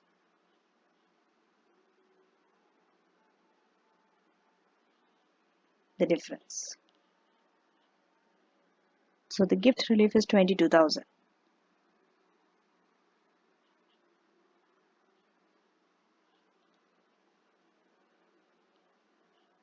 And here we are getting a gain of 33,000.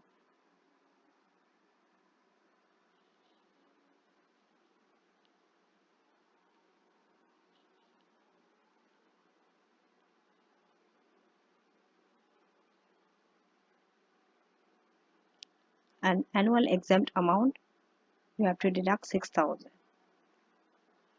which leads to 27,000 of gain.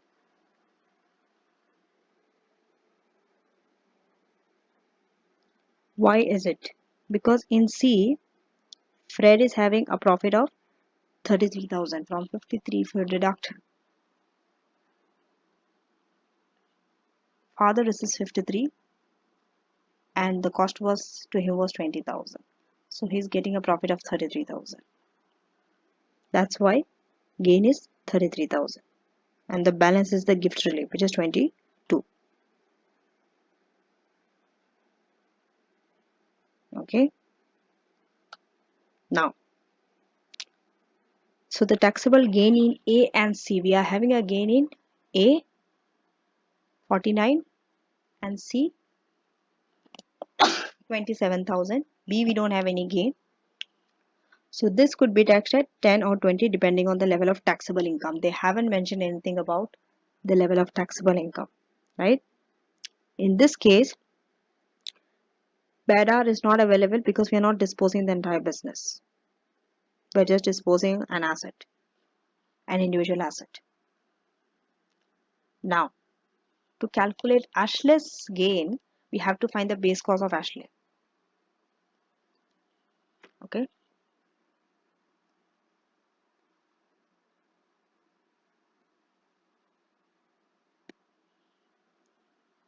A,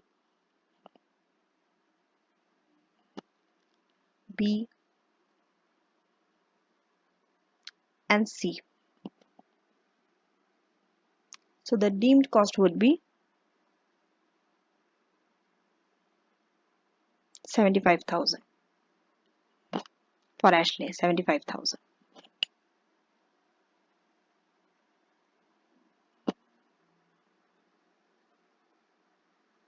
Deemed cost, DC, is 75,000 under all the three scenarios, A, B, and C.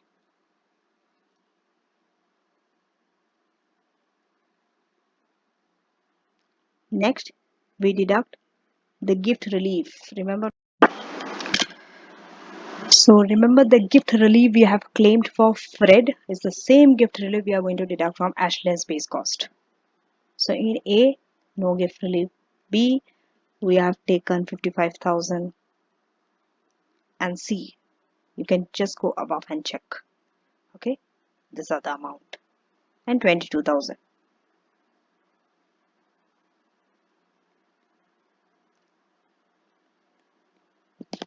So now it is 75,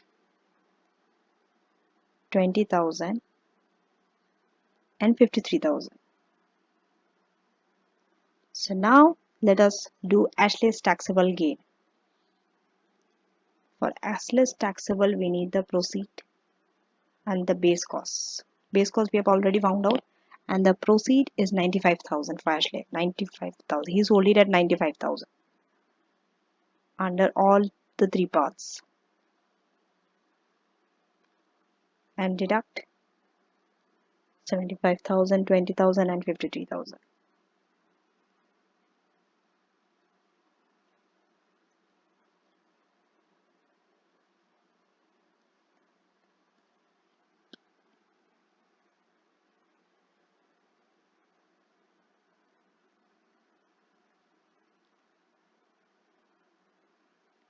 Because it's taxable gain, they did not ask chargeable gain.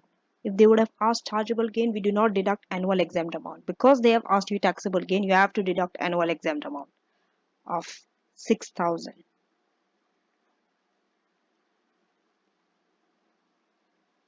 From all your chargeable gains, okay?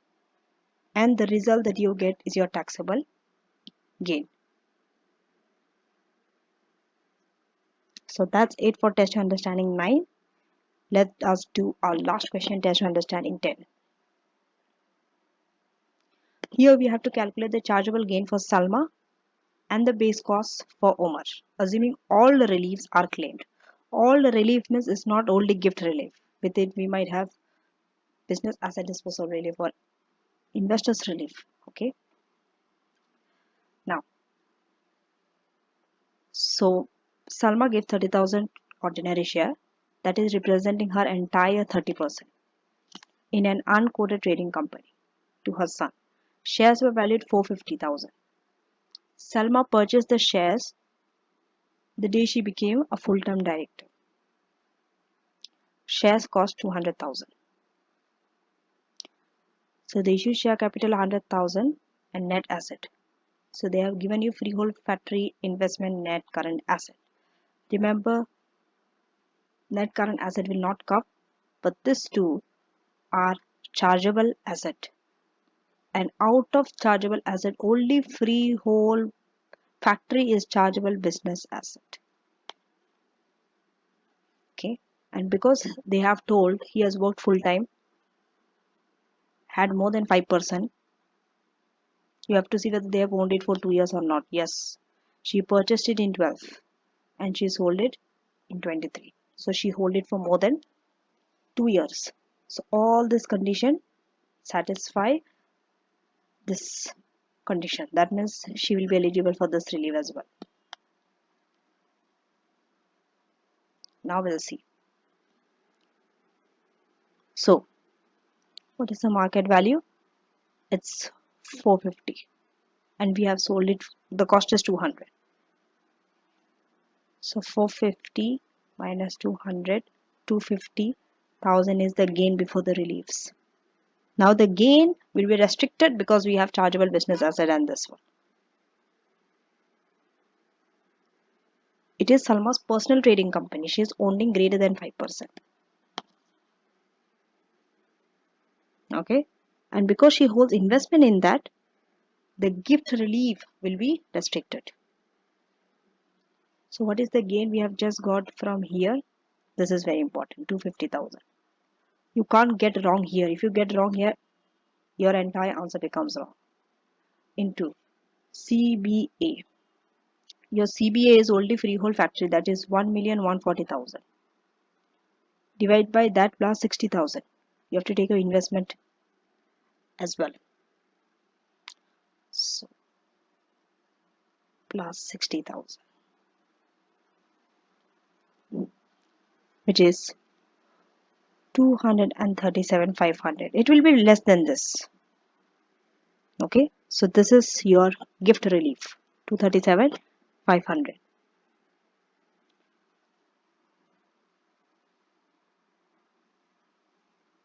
Now, so we'll deduct this from 250,000.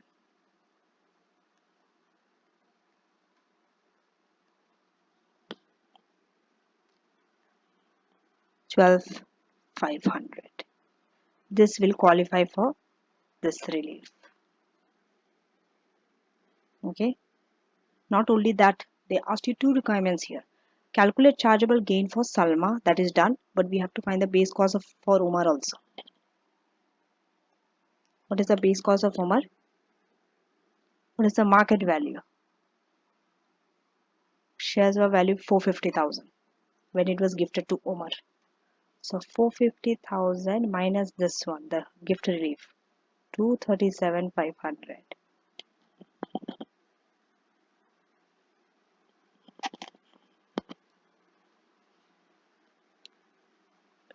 $212,500. This is the base cost for Umar. So now when Umar sells his entire shareholding, assuming that he works for the company and owns the share for 2 years,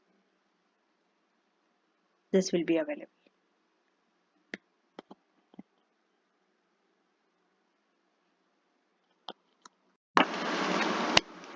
The emigration of the donee. So what happens when a donee emigrates from UK?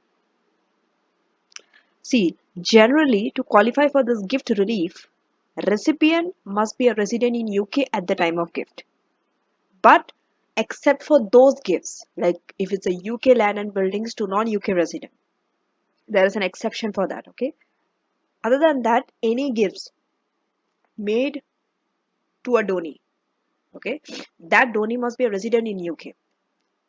If the recipient of the gift on which gift relief is given emigrates from UK within 6 years at the end of the tax year in which the gift was made, the deferred gain will crystallize. The deferred gain at the time of gift will crystallize and is chargeable on the donee. When is it chargeable? The day before emigration. Whatever was there under gift relief, now everything will be chargeable on donee. He has to pay everything and then emigrate UK. But there is one exception to this rule. What is that exception? Let's say the donee goes overseas to take up a full-time employment.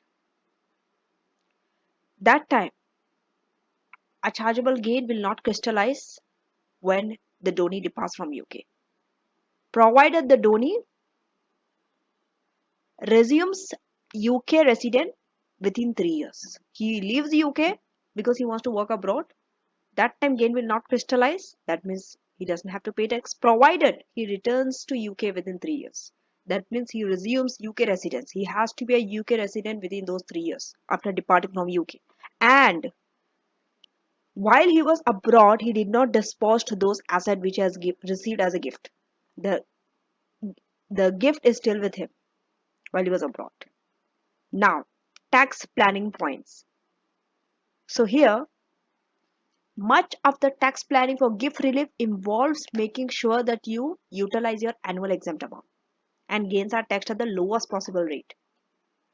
First, we'll talk about rate of CGT. Okay? When we are giving a gift, no chargeable gain will arise on the donor. But for donee, there is a higher gain. Okay? On donee, it will be chargeable. When subsequently donee disposes, that time there will be a gain on donee and it will be higher, which could be taxed at 0, 10 or 20%. Depending on the donee's available capital losses and annual exempt amount, and whether you're also eligible for business asset disposal relief or investor relief. In that case, it will be taxed at 10%. But remember that availability of BADR or IR is from the donee's point of view, not donor. And next, if that are not available, then the level of the donee's taxable income in that tax year. Donee's. However, same like rollover relief, gift relief is optional. Claiming it is optional. You might not claim it also sometimes. If you see that it's beneficial from the point of tax. How we'll see. Let's say the gain arising at the time of the gift is assessed on the donor, which could be taxed as 0, 10 or 20, depending on same. This time, donor's availability of capital loss and annual exempt amount, availability of business asset disposal relief from the point of donor, and donor's taxable income. So if the gift relief is not claimed, then the gain at the time of gift will be taxed on whom? The donor, normal. Then it will be taxed at 0, 10 and 20 depending on these three conditions. It's very easy. Consequently, donor may choose not to claim. Why? Because he wants to utilize his gain against the capital loss and annual exempt amount and claim business asset disposal relief or investor relief right now rather than deferring it later and then losing the business asset disposal relief or IRR. So the gain, they are feeling that it's better to the gain to be taxed at 0 and 10% now rather than at a higher rate later. Now, what are the advantages to donee if they choose not to claim gift relief? Number one advantage. The donee can qualify for business asset disposal relief or investor relief now. Correct? But you cannot be so sure that the donee will qualify for this relief. Donee might not qualify for the business asset disposal relief or investor relief in the future. That means when he does the subsequent disposal. Why? Because the donee might not satisfy the employment condition or the 2-year ownership rule. He might dispose it before 2 years or he might not be an employee. Next, the donee has capital losses, okay, and therefore, and he has no other gains and therefore the annual exempt amount available, okay, and also he's a basic rate taxpayer. So it's better if the donee has capital losses, has no other losses, or has annual exempt amount available in his hand, and also he's a basic rate taxpayer. It is better not to claim gift relief. Why? Because the donee might be a higher rate taxpayer. If you transfer it to donee, the donee might be a higher rate taxpayer when that asset is disposed of. So you have to pay higher tax later on. Next, manipulating the chargeable gain. So first we finished the rates of CGT. Now we are moving on. How do we manipulate the gain? Note that if this gift relief is claimed, you can't claim, partial claims are not possible. All of the gain must be deferred. However, individual could sell the asset at an undervaluation rather than making an outright gift. Why? To ensure that gift relief will leave some gain to be taxed, and the amount that is taxed then can be utilized, then that gain will be further reduced by capital losses and a legal exempt amount. That means leaving it to zero chargeable gain. So in both the ways he is getting the advantage. What is the advantage? Utilizing capital loss and annual exempt amount and reducing chargeable gain, and of course whatever has been deferred in the gift relief. Next, impact of inheritance tax. Yes, there's an impact of inheritance tax on gift. Remember, lifetime gifts have both capital gain tax and inheritance tax consequences. By the way, inheritance tax would be my next tax that I'm going to cover, because with this lecture I finished CGT. There are 4 lectures on CGT, 8, 9, lecture 8, lecture 9, 10 and 11. Next. So therefore, when you are giving an advice in your ATX exam, remember this will have an impact on inheritance tax, and this impact you have to talk about. So this impact has to be considered before giving advice. Now, gift holdover relief. Okay, summary of this. So first we'll see business asset disposal relief. Okay, effect of the relief. The effect of the relief, this is gift relief. Okay, the effect of the relief on the donor. Proceed is equals to market value. Outright gift, no gain at the time of gift. If it sells at undervaluation, chargeable at the time. Actual proceed in excess of cost. Balance is deferred as a gift relief. Okay, you need to consider if business asset disposal relief or interest relief is available.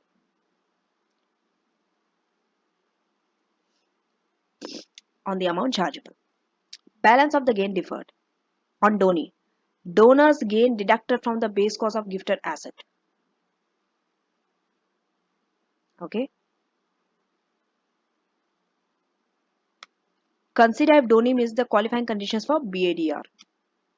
Then the election for gift relief, I'm sorry, above that is not business asset disposal relief, it is gift relief. Okay. Gift relief, joint election has to be done by both the donor and the donee. Both have to make an election for this relief. And it is effective from 5th April 2028 for 2023-24 gifts. Next, qualifying assets. Assets used in the trade of donor or donor's personal trading company. Personal trading company means greater than 5%. Shares in unquoted trading company. This you can gift. Shares in donor's personal trading company, both quoted and unquoted. Qualifying asset. Any asset where there's an immediate charge to inheritance tax. For example, gift into trust. Because when you give a gift into trust, it has an inheritance tax impact. So qualifying asset. And any agricultural property on which agricultural property relief is available. Next, non-business use. Assets other than shares. Okay. In this case, any gain, okay, the relief is restricted to a part of a gain that is for business use. Only the gain relating to the business use, you can get the gift relief, not for the non-business use.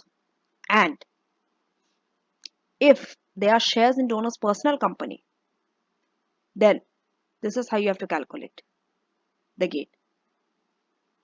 Total gain into market value of CBA. CBA is chargeable business asset divided by market value of chargeable asset, CA. We have covered this CBA and CBA, that list. What are CBA, what are CA? Please go back through that list where I have shown tick mark and crosses. Emigration of donee. When donee emigrates within 6 years from the end of the tax in which the gift was made, deferred gain crystallizes. On whom? On donee. When? The day before emigration. Now the next relief, these are very small reliefs, but these are new for ATX. Incorporation relief. Incorporation relief means when a sole trader becomes a company. You are incorporating. Heard this word incorporation?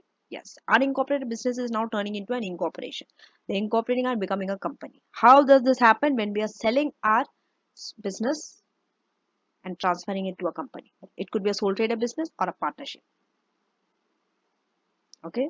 So the individual assets of the business are deemed to have been disposed of at a market value of the company, market value to the company. This is very easy to understand. Incorporation relief is then available if this happens. How? How this works? This relief is available to allow the gains that arise on incorporation to be deferred. This is also deferrable, differing how gift relief and rolled over are. It differs the gain. Does not exempt but differ. Okay. So when is the gain deferred? The gain are deferred until the shares in the company are disposed of. That means you are ultimately selling the company. Till that time, the gain is deferred. Next relief, EIS and SEIS reinvestment relief. We have covered EIS and REIS, SEIS, where in my property and investment income. You have to go back. Okay. Now the relief for it. If an individual disposes any chargeable asset which gives rise to a gain, and after that reinvest that proceed, they are disposing a asset from that disposable proceed, that they are reinvesting that proceed in qualifying shares. In which company? In an enterprise investment scheme or a seed enterprise investment scheme, EIS or SEIS, then reinvestment relief may be claimed. SEIS reinvestment relief. Okay, if the proceeds are reinvested in EIS share, first we'll talk about EIS share. If proceeds are reinvested in EIS share, then it is possible to defer some or all of the gains arising on that asset. Remember, you can dispose any chargeable asset and get a gain from any chargeable asset and reinvest in EIS share. Next, if it's SEIS, if you can recall SEIS does not differ. It exempt the gain. So same way, if the proceeds are reinvested in SEIS share, up to 50% of the gain are exempt, not deferred, exempt from CGT. This difference you have to know. Now, coming back to CGT release for individuals. There are deferral reliefs. What are the deferral reliefs? Business asset and business or non-business. So under business asset, we have rolled over relief, gift relief, incorporation relief. Rolled over relief, what does it do? When we dispose a qualifying business asset, the gain on that is rolled over against the base cost of the replacement qualifying business asset. That means we deduct that rolled over relief from cost of the replacement asset. If it's a gift relief, the donor's gain will be deducted against the donee's cost of the gift. That means whatever asset that was gifted to donee, from that cost, gift relief will be deducted. Same like rollover relief. The name is gift relief. In the rollover relief is from one qualifying asset to another qualifying asset. In gift relief, it is from the donor to donee. That's the difference. Incorporation relief. When any gain arises when we are disposing the individual assets of the business on incorporation. Okay, that means from business to company. That time that gain is rolled over against the base cost of the shares in the company. Same. Any deferral reliefs works in the same way. Okay. From our old, we calculate the gain from our old asset or from the donor or from the sole trader. That gain we go and deduct from the cost of the qualifying asset or donee or shares in the company. Okay, only the name is changed. The way it operates is same. Remember this much. Coming to this next, deferral relief. But for this, it could be business asset also, it could be non-business asset also. That is EIS reinvestment relief. It also differs the gain. Okay. So gain on any asset is deferred if proceeds are reinvested in EIS share. Coming to the exemption, those reliefs where we where the gains are totally exempt. They are exempt. They are not deferred. And next type of category, the third category, reduces CGT rate to 10%. It could be business. If it's business or non-business, same. SEIS, reinvestment relief, it exempts up to 50% of the gain if the proceeds are reinvested in SEIS share. Non-business asset, private residence relief, where we have to calculate the number of occupation and the final 9 months. Also deemed occupation, the 3 rules. Okay. Next, letting relief, where we let our private residence relief. But we have to calculate PRR before we calculate letting relief. It is the lowest of the three. 40,000 PRR and letting relief. Next. So relief on the disposal of an individual's main dwelling house. Okay. This two relief works on that. Where the owner devils. Okay. Next. 10% tax rate is only for business asset. One is BR and one is IR, investors relief. So if it's BADR, first 1 million are taxed at 10%. If it's investor, first 10 million are taxed at 10%. Of course, investors relief rules are more relaxed than business asset disposal relief. Where in business asset disposal relief, you should have 5%, you should own 5% of share or greater than 5%. You should work for that company. But in investors relief, you should not work for that company. And you have to subscribe for share, not purchase. So these are few differences. So with this, we have finished finally our big 4-hour lecture on CGT reliefs. And with this, I've finished CGT. The next lecture will be focusing on the international aspect of income tax and CGT, where we'll be talking about residents, non-residents, and that one. So thank you for watching, and do not forget to subscribe to my channel, and do take care.